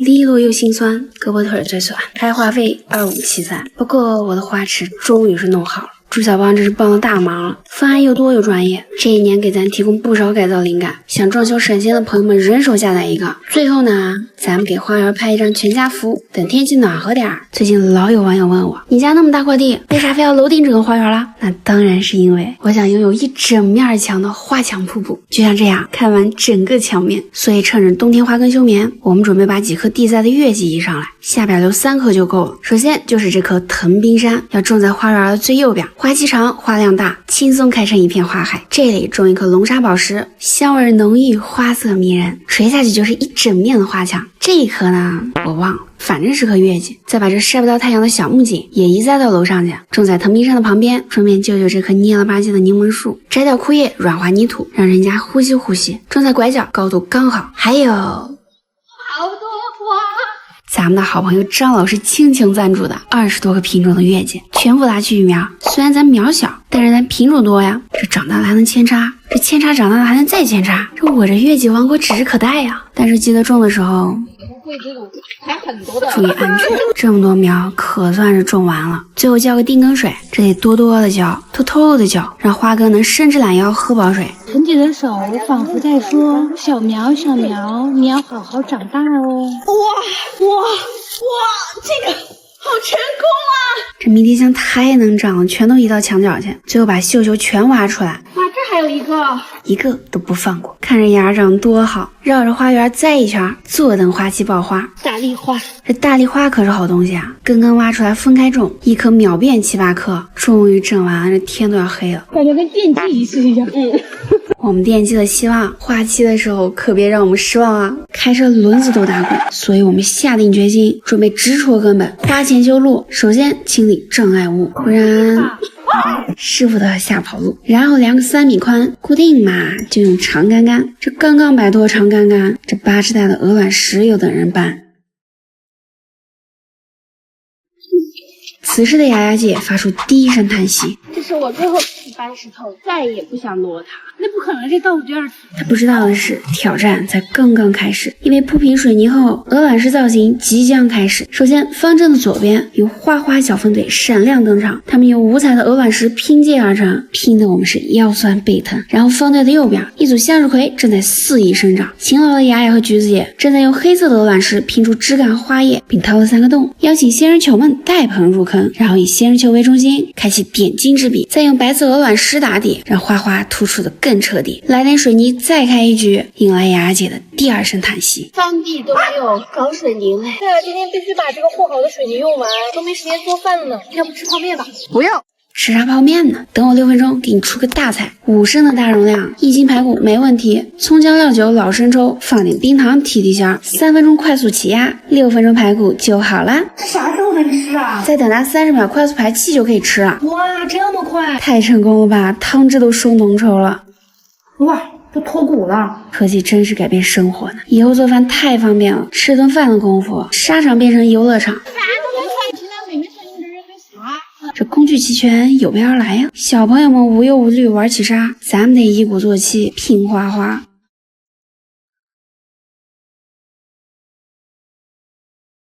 当拼上最后一点花花，我的老腿也快要分家，我这康庄大道才起了个头啊！这个姿势我都能够保持1个小时。最后，咱们来瞅瞅干了2天的成果吧。I guess Peter Pan was right, growing up so wasted time. So I think I'll fly away, set a course for brighter days.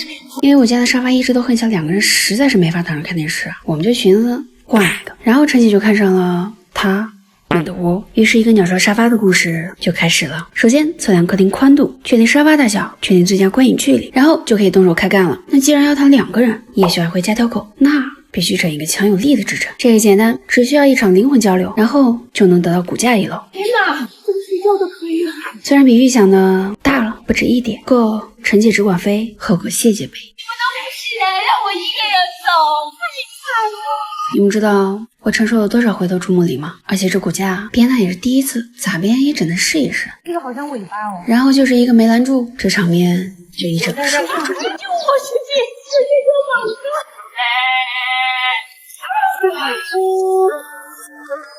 赶紧正视吧，陈姐，毕竟编的这玩意儿你看得过去，狗都看不过去，这和鸟巢有啥关系啊？拆掉重来吧，待咱重新撒么撒么。对的，这编法还得靠瞎琢磨。走。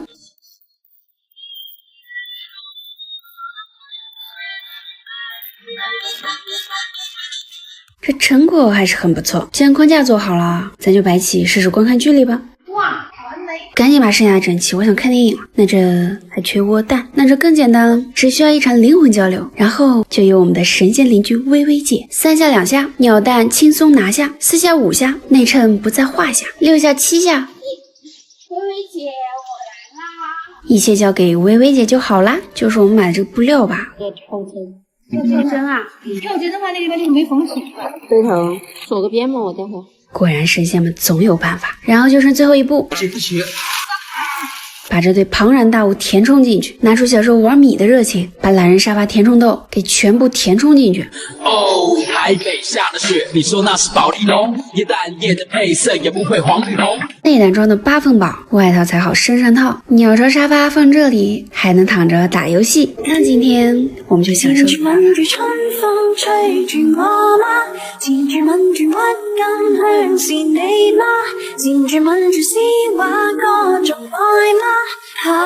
盛产用栅栏 DIY 了一圈花池，种满了20多个品种的月季。房顶呢，终于也从这样变成了这样，一切就绪，就等它们开花了。所以我们冬天就修枝抹药，春天就加土上肥，等它们生出小芽，再做个花生规划。为了防止牵引伤到枝条，所以买了我的青苔和 U 型卡扣，2一组合，花生从此有了着落。然后在我们的不停浇水打药和每日期盼下，它们终于在一场绵绵细雨中盛开了，而且还爆花了。所以在这春暖花开的季节，我们终于可以享受胜利的果实啦！布置一点软装，享受一顿小料的露台烧烤，氛围小灯那是必须要的。自家的绣球再减2朵，婆婆送的枇杷也整一盘。这改造的过去还历历在目，胜利的果实就已甜甜入心呢。正好520也快到了，这庆祝的日子给橘子也一个惊喜啊！陈姐，你不是一直遗憾露台没有插座，不能看电影吗？对呀。